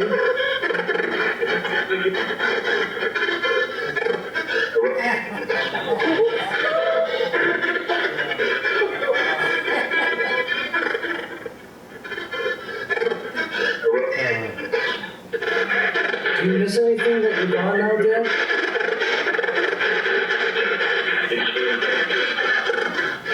Dad, what do you miss? Did you guys hear that? Yes. Incredible. There's more to it too. This went on for like 3 or 4 minutes. He's like, Chris, it's your dad, and all this other type of stuff that's just insane. But that wasn't it. This has been happening for the last 10 years. He's been showing up on various types of recordings saying the same thing. Even our director, when we were filming in the UK, heard it say, I love you. She's like, oh my God, just said I love you. Who's that? It's my dad. She said, aren't you freaked out? I go, no, he does it a lot. It's a game we play. So, my girlfriend at the time's like, did you even listen to the audio from Cancun yet? No. Why not? Maybe he's on there. So I go back the next day and I start listening to it. Sure enough.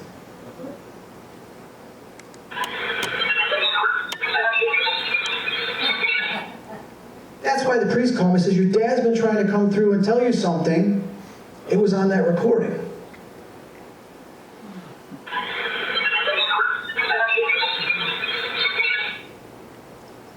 So my dad passed in July of 2009, and they returned. There was a woman that gave me a prophecy in 2000. She says, I said, you got to meet this psychic friend of mine and stuff. She does tarot cards and everything. I'm like, yeah, okay, whatever, you know. She comes in, she goes, hey, can I do a reading for you? Yeah, she sits down, she goes, oh, she starts crying. I go, what's wrong?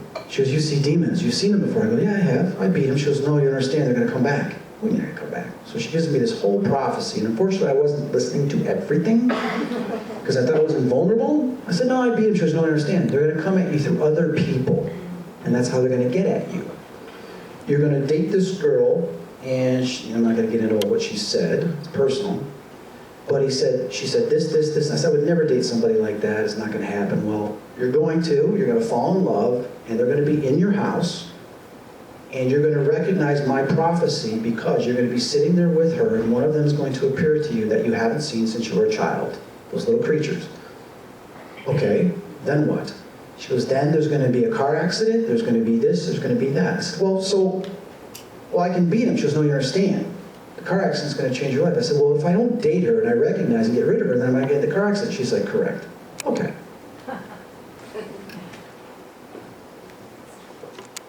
September 16th, 2009, we're watching TV. The lights are on in the room. I see something moving in the closet. I turn and look, and I see this thing standing there. Didn't move. It's looking right at me. I reflect back to the prophecy she said. I look down. I look at her. I look back at this thing. It starts to creep back into the darkness. And at first, for a second, I revert back to my childhood, being terrified, racing into the other room, screaming and yelling. And then I got mad. I jumped up. I raced in the closet. I said, where are you? And I'm tearing everything down. And I realized I let her into my life. It's her. Oh my God. Days later, September 23rd, 2009, I get in a car accident. Changed my life. I can't tell you. I can get emotional. Destroyed my life. Things that I've gone through. I can still walk, I can still talk, but there were some dark periods. I've recovered a lot from some of the things I've gone through, but I got a long way to go still. I don't have time to tell you everything, but I'll tell you it's been very rough. The seizures, the headaches, not sleeping, the anxiety, the depression, all that. Doctors at Rush, so many different doctors. And there's really not much they can do.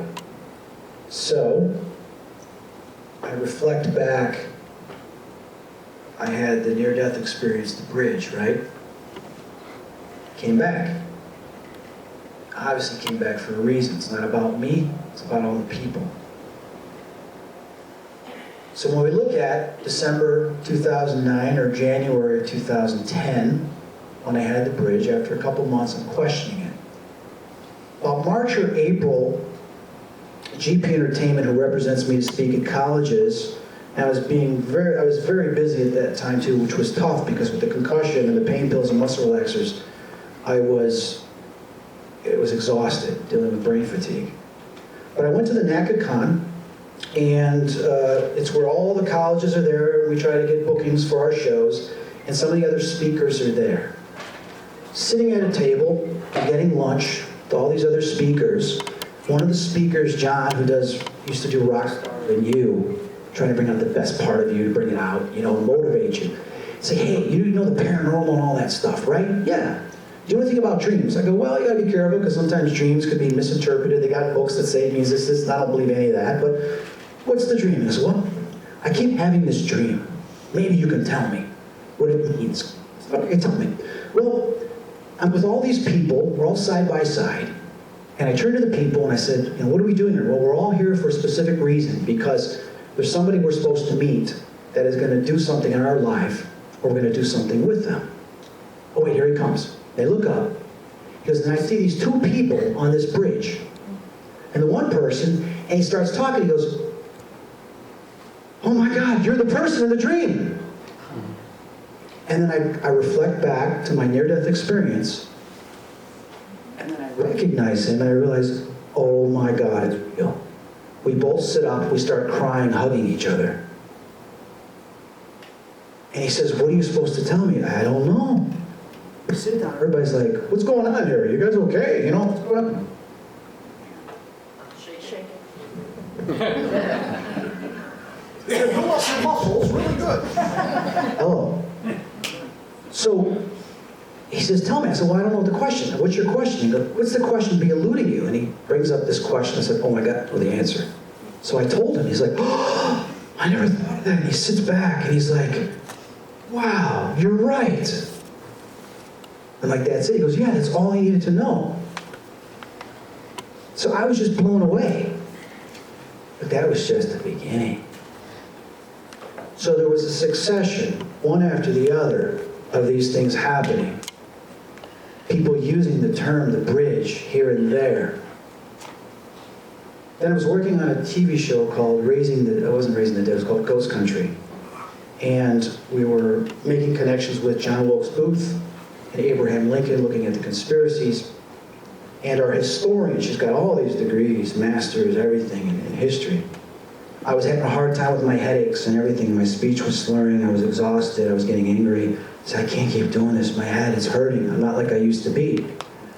She turns to me, she's like, and I hadn't publicly spoken about the bridge. She turned to us, Chris, remember the bridge. I look, I go, what? And all of a sudden, it's like I'm there again. Wait a minute, you were there. She goes, yes, I was. How could you be there? You're here. This is like, she goes, Chris, walk with me. We walk.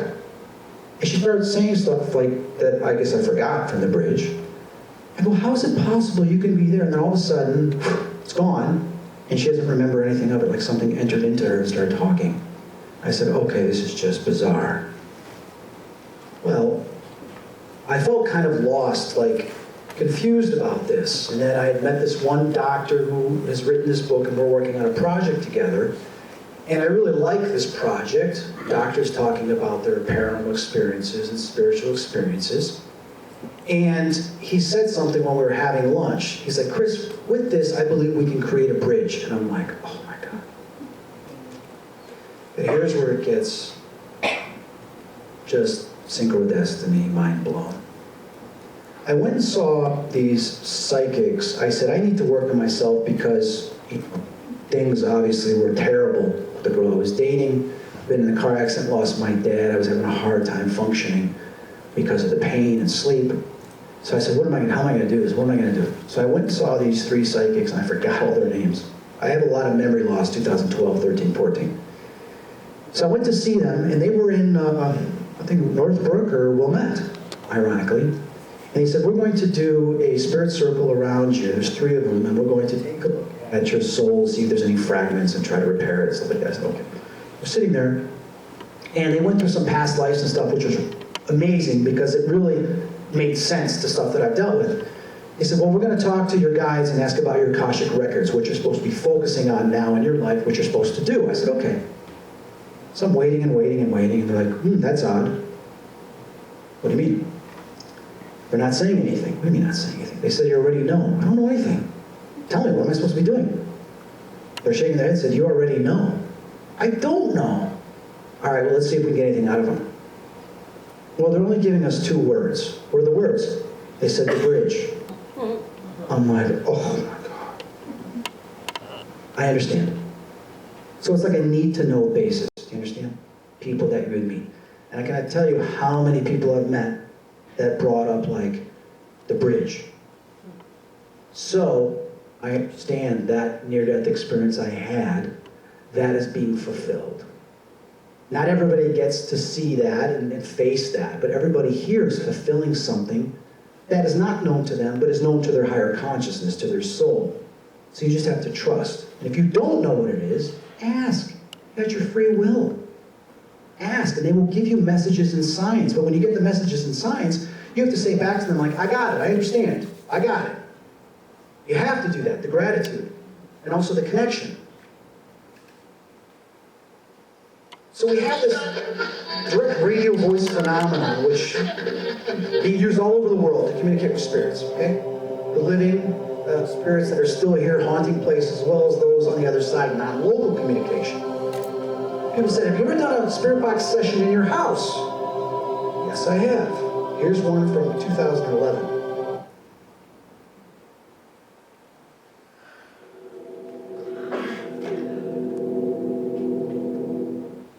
Are you happy here?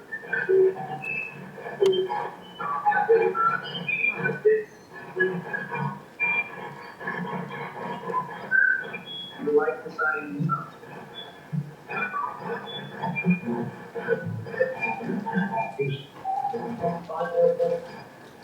Spirits, can you hear me?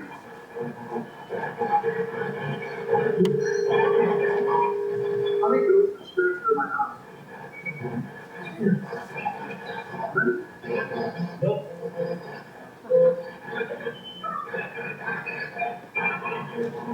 Are there any bad spirits in this house? How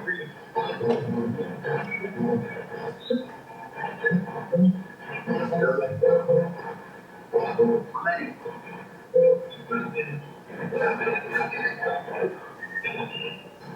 Where's my gas?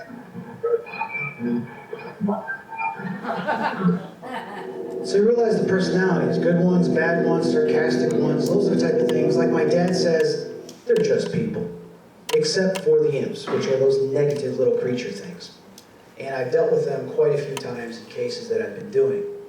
So what about the near-death experience number 2? Let me turn down the volume. Well, I told you earlier I was having a hard time breathing. And that still happens, not as frequently, but I would wake up choking and sometimes I couldn't sleep. One night, I opened my eyes and I'm floating. I'm like, where the heck am I? And I look down, and as I see, darkness starts to go away, I see my body. I go, oh my God, I'm dead. And I'm floating above my body. And I'm like, God, are you ugly? I'm just like, and I say that in jest because when you realize that this is not really who you are a spirit, a soul that is free and so much more. This is just a vehicle, a temporary vehicle, and you're looking at this going, I've been inside that when this is me. I feel free, I feel restricted in that. Yes, we are restricted.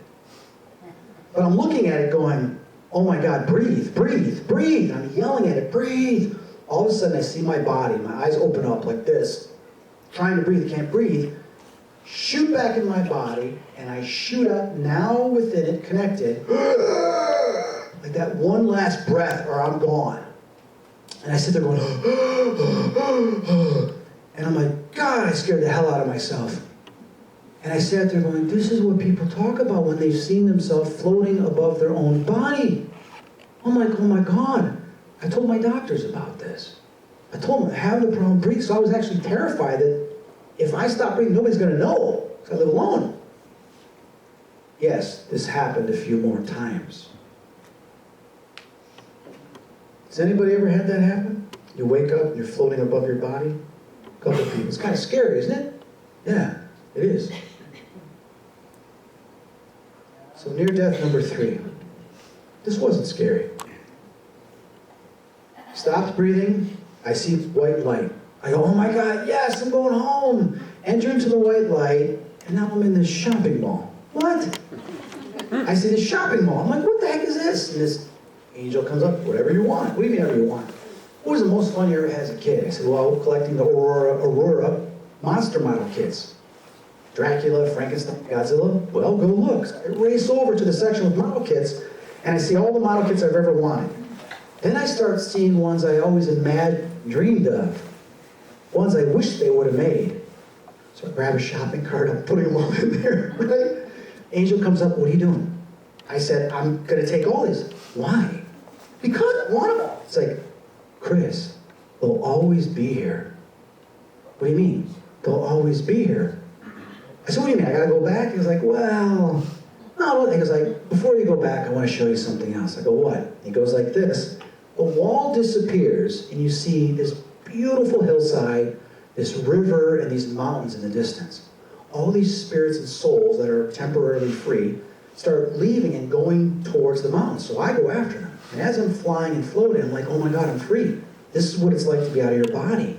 I'm free. So I'm laughing. I'm like, yes. I'm remembering this is what I truly am. So I go to the top of the mountain, and I'm seeing all of us flying around the mountain like little children. You know, all these adults flying around like, we're free, no more pain, no more broken legs, you know, full set of hair, everything. We're all like, yeah. And then it's like, what do you want to do? I want to go touch the top of the mountain. So I go to the top of the mountain, and I start doing a handstand. And I'm doing a handstand on the mountain. Everybody else sees it, and they start doing it too. We're all giggling like little children. Then I see this mist coming up, and I go, oh, there's a waterfall. I've always had a dream of walking underneath a waterfall and having it just splash on me, right? Not the major ones like Niagara where you get drowned, but you know what I mean. So I fly to the other side, and as I go through the waterfall, I'm back in my body. I'm like, why? Why? I wanted to stay. And I was in between them. And I see all these spirits around, and they say, Chris, stop worrying about the pain, this and that. This is only temporary. This will always be here for you. It's not going anywhere. You need to get going here, doing what you're supposed to be doing. I'm like, oh, you're right. It was another reminder, because we're all stubborn, right? We all go, oh God, I'm so tired, I can't keep doing this. I can't keep doing this. Yeah, you can.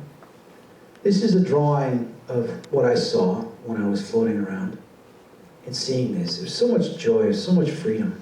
Unbelievable.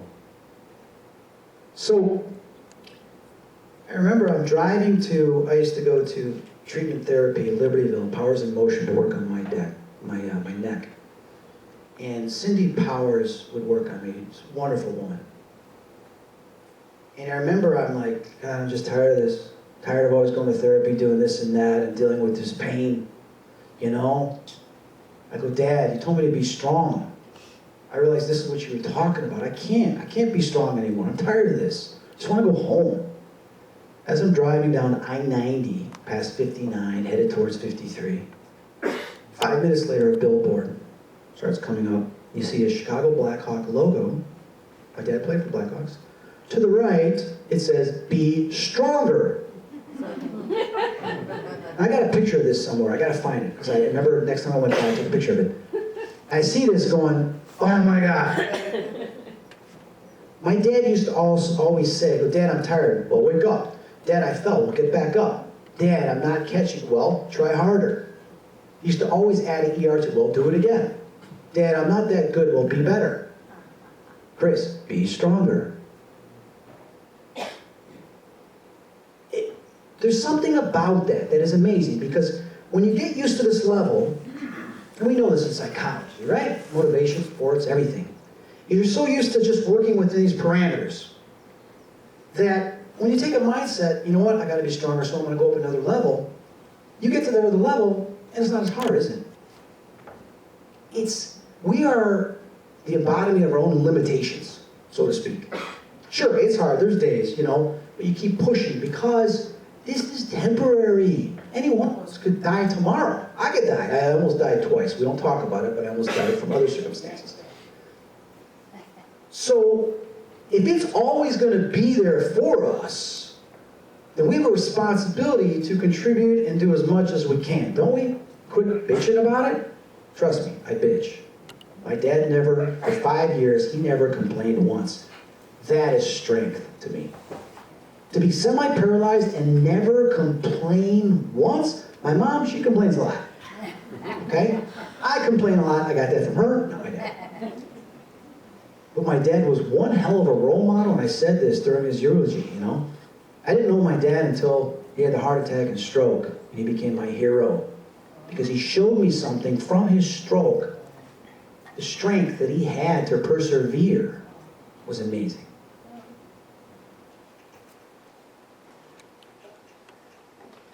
So, in my line of work, I dealt with demonic entities and confronting them and dealing with bad spirits and stuff like this. Fascinated by other people that have had some other experiences on the other side. God, I want to know. I said, God,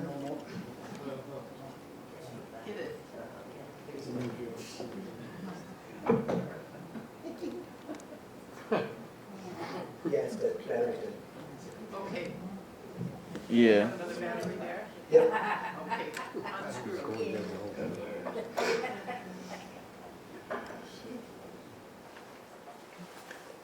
have one too. Okay, good.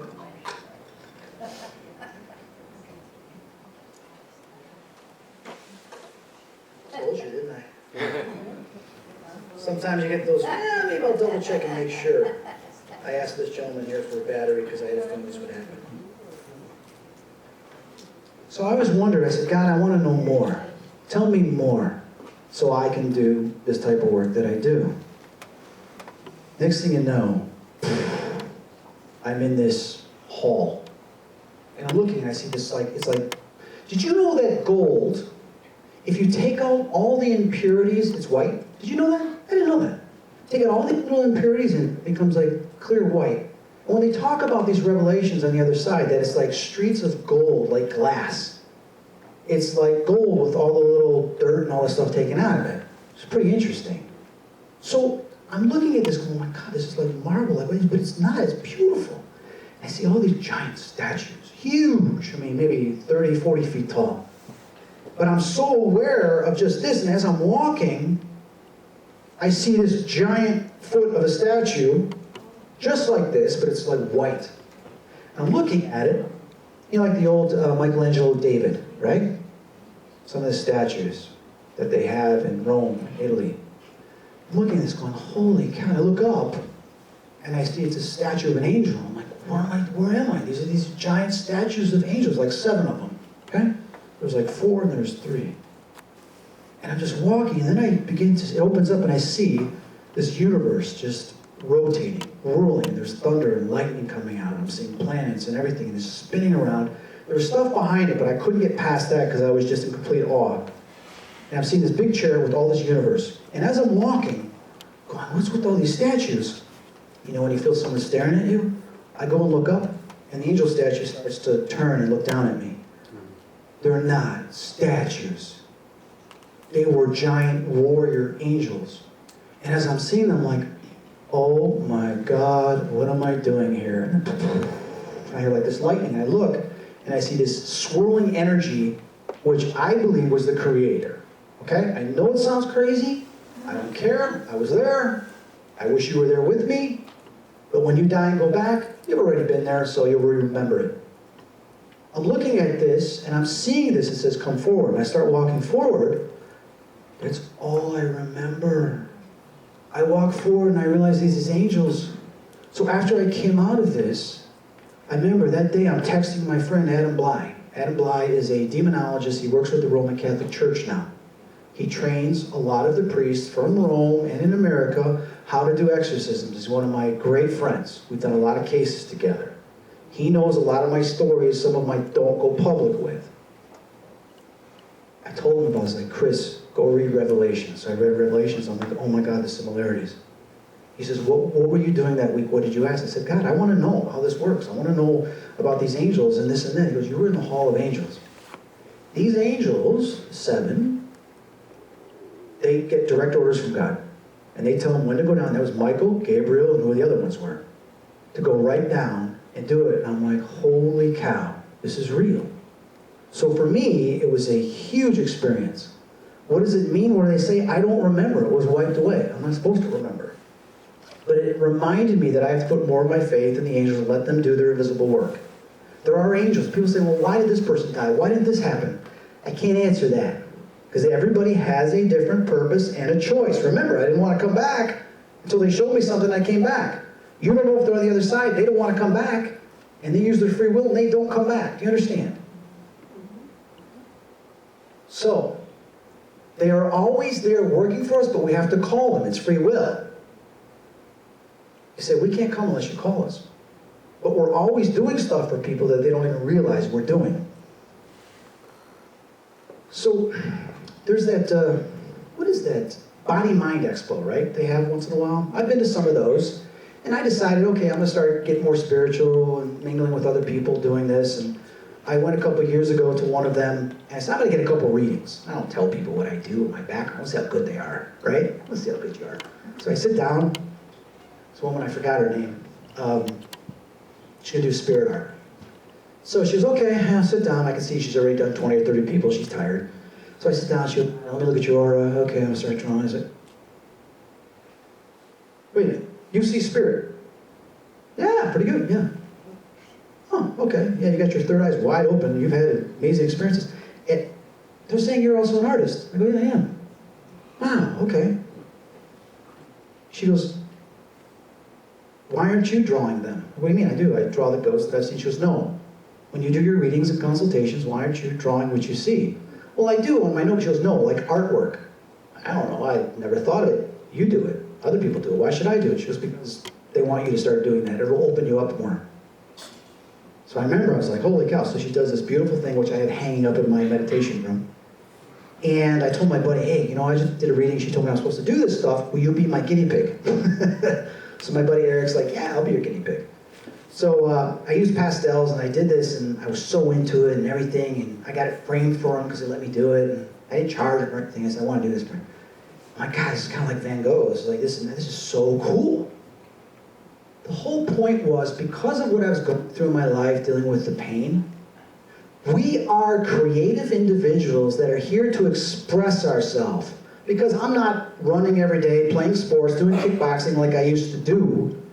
I was becoming more depressed. I needed to start letting my energy out and expressing, because that's why we're here, in all different ways. Whether it's helping people, mathematics, science, teachers, whatever, you're expressing yourself. I'm an artist. I found new things that I've forgotten about. The question is, when things happen to you, challenges, you realize things are taken away. Happens to all of us. Sometimes it's a reminder of what can you do? What is it you're not doing that you can do? So I realized, well, I can still draw, paint, I can still do this. So I need to put more of my time and energy to that. That's brought me so much peace and pleasure. I need to put in my lecture the first one I did with Eric, but here's a couple pieces that I've done. I then went to watercolors, because watercolors were a lot easier for me, because pastels were messy and would take forever, and I like watercolors. So I tend to do readings for people called spirit art, and I'll see them on the other side with their guides, and when they astral travel when they sleep, and then I'll draw, I'll do the reading for them, and I'll tell them who they are, and then I'll draw that from what I see. This one's actually my favorite. They were telling her what she needed to work on in her life, and I was getting that. I was getting it back to her, and then she started focusing on that in her life. The colors are a little off in this projector. They're brighter and more vibrant, but that's okay. So you know what's fascinating is people say there's no such thing as ghosts, there's no proof, there's no this, no that. And that's a scientific mind, but we know science hasn't been around that long. There was always alchemy, which was the mix between spiritual belief, religion, and science, and that got separated. But when you look at Plato, I mean, God, we're going back 423 BC. He's talking about the soul. Him and Socrates believed in a life after death. They believed that the soul existed after our physical bodies. But he also talked about ghosts, apparitions, soul weighed down by bodily impurities. When you look at Corinthians, I found this and I was like fascinated. It says here, there are also celestial bodies and bodies terrestrial. But the glory of the celestial is one and the glory of the terrestrial is another. It is sown a natural body. It is raised a spiritual body. Your higher consciousness, your more positive beliefs, heaven being inside of you, your focus will take you up to that spiritual. There's a reason to that. There's a natural body and there's a spiritual body. So what happens with earthbound spirits? How come they don't all cross over? Because they're not raising their thoughts, their emotions, and frequencies. They're suffering from sadness, loss, revenge, greed, many different things that keep them here. Attachments. Fragments of their soul has been so damaged it's remaining. Residual energy. Some of them, I'm dead. I don't exist anymore. And they just roam the halls of certain buildings and certain places. Leave me alone. I just want to be alone. Why are you coming into this house? It's my house. No, you died and they sold it. New family moved in. Get out of here. I'm not happy. Most of them are like this. They go into this sense of purgatory. These are other reasons. still holding on to the physical realm. They want to stay and watch over loved ones. They feel they need to. Unfinished business. They don't believe in an afterlife. I'm dead. Limbo. I just want to sleep. It says in many scriptures, come back to raise the living and the dead, to awaken them, wake them up to a higher consciousness that it's not over. You got to come home.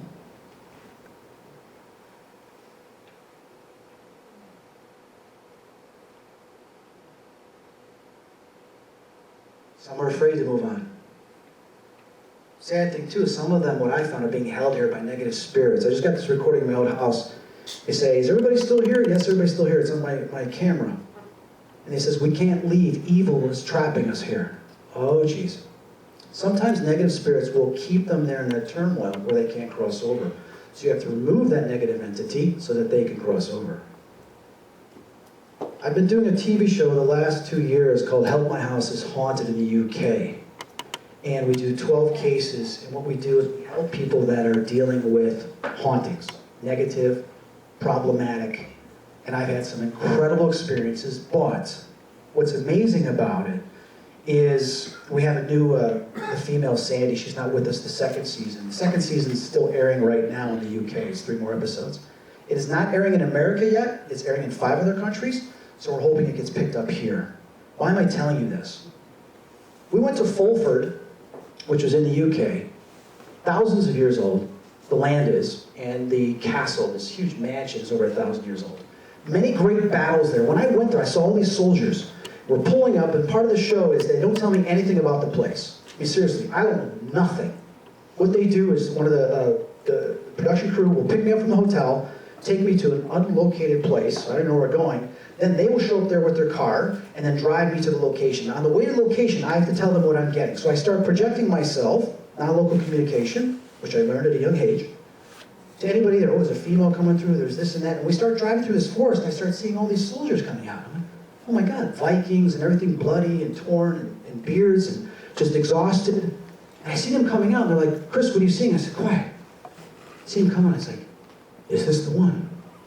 Yes, I think it is. Gather the men. But gather the men, what are you talking about? Are you the one that's going to send us home? I go, what do you mean? To bring us home, we've been stuck here. I'm like, oh my God. I need to find out what has happened on this land. So I asked the owner, oh yeah, there's been tons of wars and battles. So, but the director, I didn't get along with her, because she wants to just focus on the inside. I said, no, I had the bridge, I need to come back, and I believe this is a part of that. I need to confront these soldiers and see what I can do to help them. That's why I came back. So in the early morning, we, and this is before we did the night investigation, I told Adrian, I said, take pictures. So we got this mist, right? Okay, it's a mist. You know, there's a lake right there, it's just a mist. But if you look closer, I don't know if you can see it here. Yeah, you really can't see it here. But there tends to be heads and shoulders where it looks like some spirits here. Not good enough for data. Okay, it could be debated. Here's where it gets interesting. So in the morning, I said, we've got to, before the sun comes up, we have got to go out there. I've got to confront these soldiers, then maybe do prayers for the dead for them. So we go out there, and one of the recordings, I said, how many of you soldiers are here? Play it back, it says thousands. Why are you still here? Nobody prayed for us.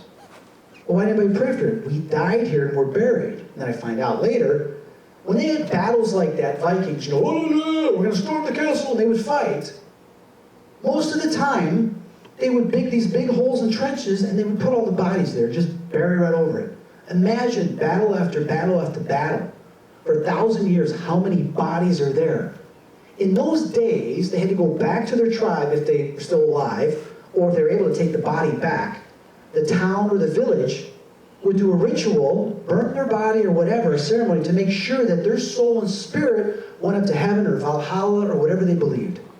Because if they didn't do that, they would never find peace. They'd be stuck here. That belief system has kept them here. Chris, nobody's ever prayed for us. Oh my God, well, I'm going to pray for you. Listen to this recording. The entire crew was shocked because they'd been there 3 days filming and never heard all the animals like this do this. I'm going to play the original recording. You're going to see some of the text of what I'm saying. Then I'm going to play the amplified, because we had it amplified so you could hear what was going on.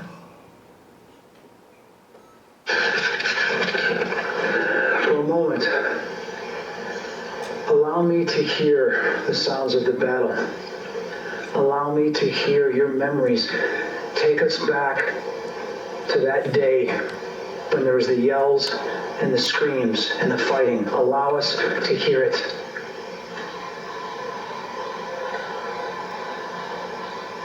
You hear the animals and a little bit of yelling. Just listen.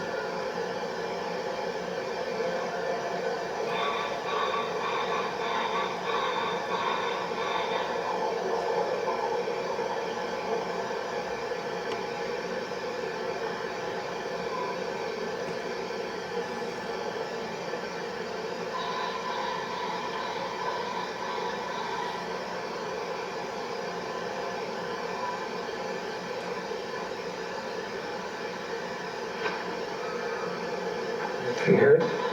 You're hearing all these different animals, right? It explains something to you, then I'm going to play the amplified version. Now, I sat down with our sound tech guy. He worked on the first Avengers movie. So he and I listened to this, he's like, oh my God, I hear it. He's like, oh my God. The thing is infrasound is so below, we only hear down to 20 hertz. We don't hear anything below that. Infrasound's about 1 hertz, 1.5, okay, a little bit higher. But the vibrations that occur from infrasound, very low, animals can pick up on.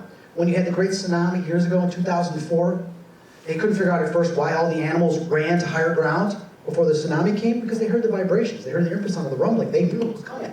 Okay, it's not like paranormal or anything. It's just actual biology science. When I heard all the animals, I knew that these soldiers were doing something that we couldn't hear, but the animals were hearing it. They were feeling the vibrations. What were those vibrations? Wait to hear this. After I say, I'm going to pray for you and this and that.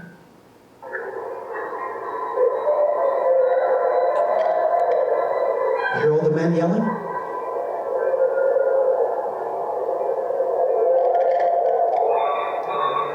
Isn't that crazy?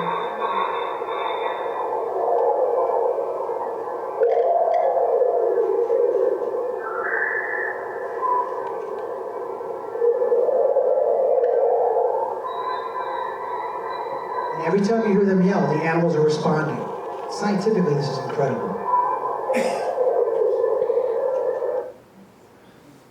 So when the sun started to come up, we had this beautiful golden sky, and I told the director of the crew, get out and film this because it's beautiful. And I felt such peace. The whole crew felt at peace because we did a great thing. So that's when I became familiar with prayers for the dead, how powerful it was to do that in my work and praying for these souls. Now when we go to places, they'll say, preacher, pray for us. Will you pray for us? Send us to heaven. Send us home. And there's a couple different prayers that I do, but this is one of it. You don't have to be any denomination to do it. You just have to have love in your heart and projecting that you want to be the voice, the physical and spiritual voice for these souls that want to go home. By you being in this realm, because they're trapped to this realm, by you in this realm representing them and praying for them, you give permission for the other side to come forward to acknowledge them and allow them, based on their free will, to go home. And if they want to go home, they'll go home. You can't force them. This last season, we had multiple things like this happen too, but our new co-host, Jane, I know was a little skeptical, so when we went outside, and there was these miners that had died in these collapses, and I saw them all lined up. I said, Jane, get out your recorder. She goes, aren't you? No, I want you to record. I want you to validate this. There's over 200 miners that died. They were all lined up. They've been waiting for us. So she records this. Are the spirits of any miners here? Any men who died in the mine nearby?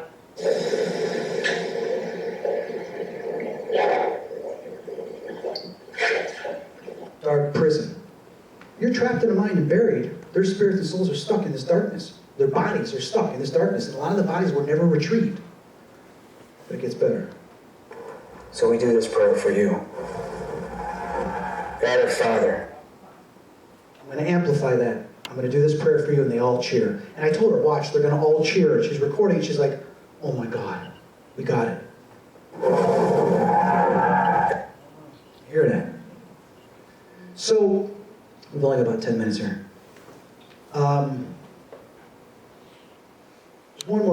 to share. And we talk about pets. Now, Hobo was a cat my mom had, my dad, my stepdad and my mom for like 22, 23 years. And all of a sudden, she's like, Chris, you gotta come over. Hobo's paralyzed, we need to put him to sleep. Wasn't moving. She was like, I'm gonna go put him, I'll have Ray take him. And I said, no, I wanna go. Why do you wanna go? Because I want to experience. I know this. I've had many experiences with my pets when they passed, where I've seen angels come or spirits come. I need to be there. So I'm there, and the doctor's coming to inject, and I'm like, don't worry, Hobo, I'm gonna send an angel. God, please send an angel to make sure that this cat crosses over. And all of a sudden, this angel appears, about 7 feet tall, slender, all white, face was like gold, hair was glowing, white, looks at me. And the one thing about angels, they won't talk to you back and forth like, hey, how you doing, what's going on? No, they don't do that. They can't. We all know what happened with the fallen. They can't interact like that. They deliver a message, do a job, and they're out of there. I said, are you here for Hobo? Thank you. So the doctor comes over, injects Hobo, and all of a sudden he goes under. And as I'm looking at him, I see this little grayness. I look up, Hobo's upside down, the angel's holding it like a baby. I look, I go, oh, that was so quick. And the angel's smiling, looking at Hobo, looks at me, and I go, thank you. He looks up, beam of light, shoots right up into this beam of light. The doctor's there with the stethoscope going, let me see. Oh, Doc, he's gone. He's gone. No, let me check. No. Doc, he's gone. The voice is Chris. The doctor doesn't see what you see. Just be patient. And he has to do this all the time. I said, okay. So for me, it was an incredible experience, obviously, that I shared with my mom. Similar thing happened with Sylvester. With Sylvester, I held him. I felt his soul go through me, and I heard this male voice says, thank you, Chris. I go now. And then he was gone. I'm like, that was just like a regular consciousness. Animals are just like us. They are just like us as a soul. I'm telling you this. So please be respectful to animals and understand they have a purpose and intelligence just like we do. Last thing, and then we're winding down. About 6 months ago, I don't want to get political, and I'm not going to get political. I respect everybody here. There's so much crap going on about fighting about this, fighting about that, separation, everything. We all know about it in many different ways. I'm on the other side, and I'm walking with this man in a robe, and I didn't know quite who he was yet. We're walking. There's all these other people, but he said, I got to talk to you. I said, what? He goes, this is important. Chris, there's a big tide going on right now in your civilization. A major tide. I don't want you to get caught up in it and drown. And he's using, analogies and stuff. He says, you're getting too caught up in it, it's taking away from what you're doing. The tide's going to get worse because a big wave is coming. I don't want you to get swept away from this wave. A lot of people are.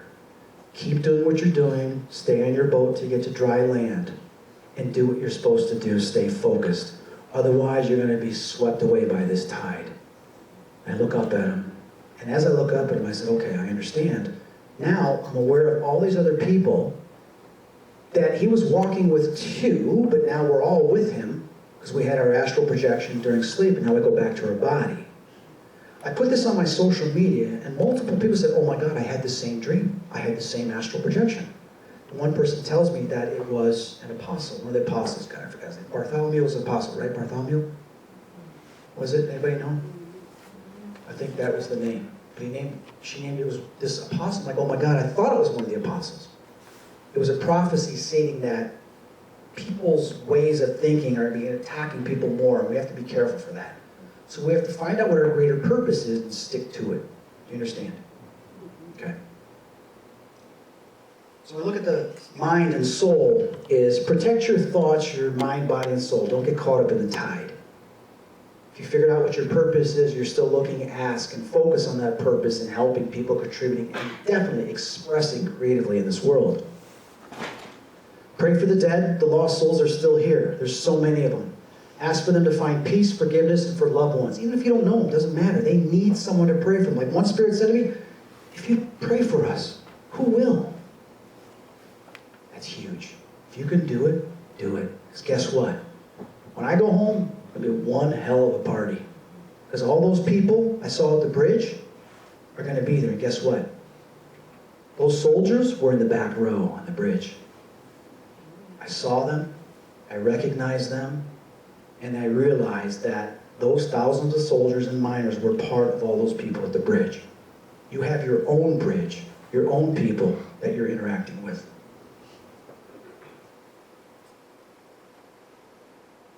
My conclusion, death is not the end of our mind or personality, only the end of our physical body. Our consciousness absolutely continues to another place. Now take out your cell phones. I want you guys to, there's a couple slides coming up I want you to take pictures of. I have a podcast. I've been doing this for 14 years. It's on iTunes, planetparanormal.com, and also YouTube, planetparanormal.com. I'm very fortunate. I just won the 219 Higgy Pop Best Paranormal Podcast Award in the UK for 2019. And we've got over 100 episodes with many different guests. I talk about my experiences, they talk about their experiences. We're trying to contribute to the world, open up greater consciousness, paranormal, spiritual, you name it. In the past, you can just Google Spirit Talk Chris Fleming, you'll find it. Whatever type of app or way you use to listen to podcasts, you can use that. I've interviewed Daniel Brinkley, Betty Eady, bless his soul, Grady Mosby, who died a few years ago, Raymond Moody, all these amazing people. We've talked about their experiences, their contributions, and their research. Everybody taking out your phones? Here are all my websites. In the next couple months, I'm redoing my main website to incorporate a lot of these other ones into it. But my main website, which I'm not able to update right now because it's outdated, is ChristopherFleming.com. You're going to see this renewed in the next month or two. My artwork can also be purchased at Etsy.com. I have new stuff that I'll be adding on in the next 2 months. If you're looking for a reading or for spirit art, please go to GenBook here, and you can book. There's a calendar. Once again, the podcast is Planet Paranormal, and I do sell some ghost hunting equipment at ghostoutlet.com. So please take a picture of this so you'll be able to access these links later on. I went a little bit over because there was some great information I wanted to share with you. So we're almost close to 5 o'clock. So I can take maybe 1 or 2 questions and then we're going to shut down. But I want to thank everybody for coming today. It means a lot to me. It's fulfilling my purpose. Each one of you has a purpose. If you don't know what that is yet, ask and listen to the messages. Yes? You said that consciousness lives on. What if you're stuck? Great point. Then you need to change your thoughts. And if you can't change your thoughts... What if you die, but your spirit is stuck as a ghost? Where is your consciousness when you're stuck here? Very good point. What I've learned is there are also fragments of ourselves that's stuck here. Our higher consciousness is on the other side because time, there's no limitations to time. We send a part of ourselves here to have experiences, and then when we go back, we upload and download all that to our higher self. But we have alternate realities going on simultaneously as well, where we're having other experiences that we think it's the past. It's not. It's going on right now. I know that's a mind blown. That's a whole other topic. So what do? Well, we create a purpose, and we know that heaven is within inside us, and that we are going to go to the other side. When we believe that and know that, we practice certain things in our life, when we leave our physical body, we know, okay, wow, I'm out of my body, I need to go home. Bring me home. I want to go home. I want to connect with my higher self. Then you go home. But if you're dealing with certain depressions and holding on to these attachments, you can't bring that with you, right? Many people that had near-death experiences talk about that. Whatever your thoughts are, you're going to gravitate towards that lower frequency or higher frequency. So it's best to always remember that when that time comes, even if it's a surprise, I want to go to the other side. Does that make sense?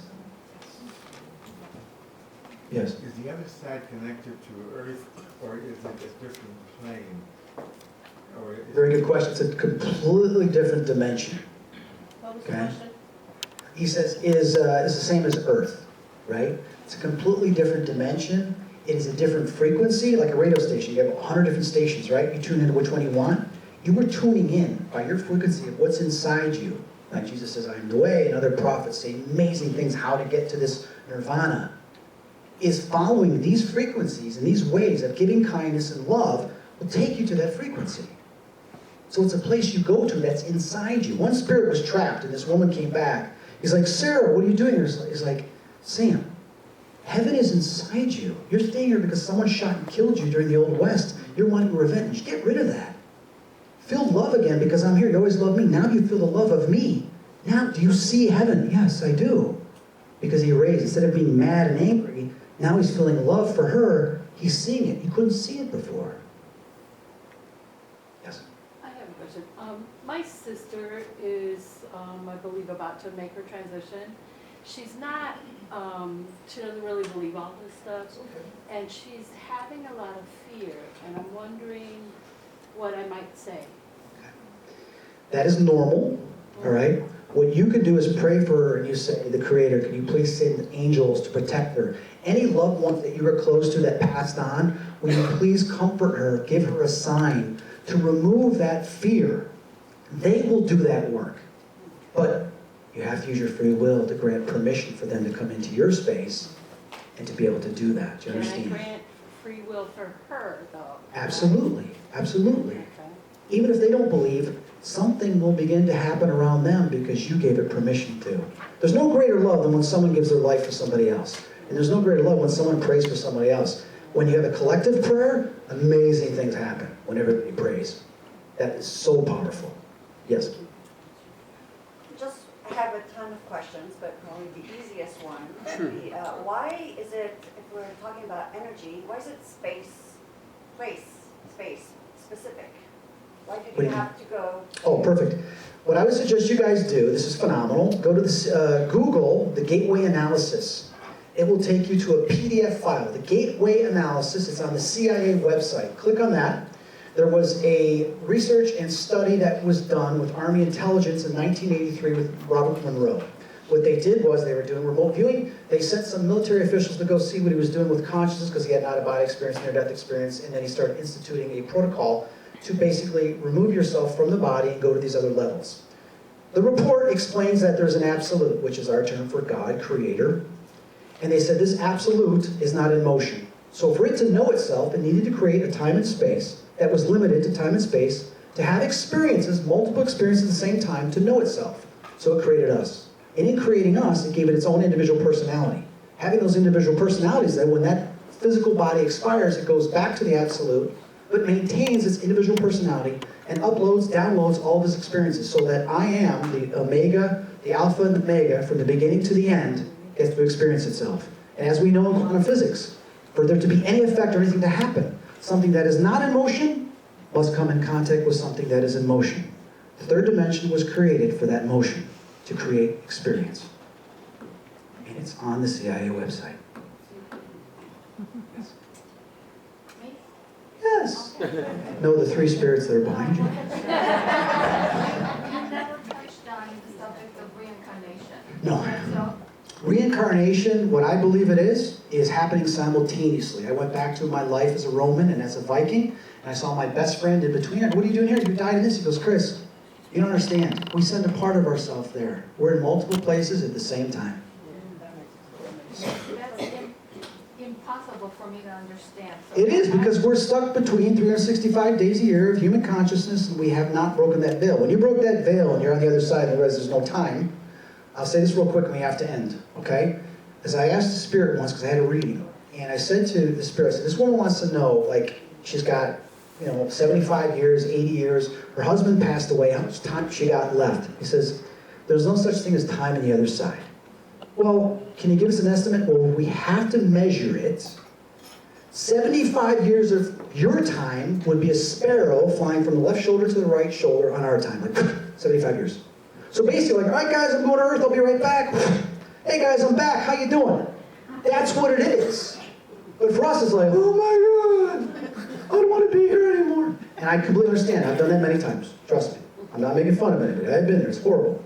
But that's what it's like. We don't get it until we're there. All right guys, I apologize, but I went over. Bless you all, thank you so much for coming. Thank you. Thank you.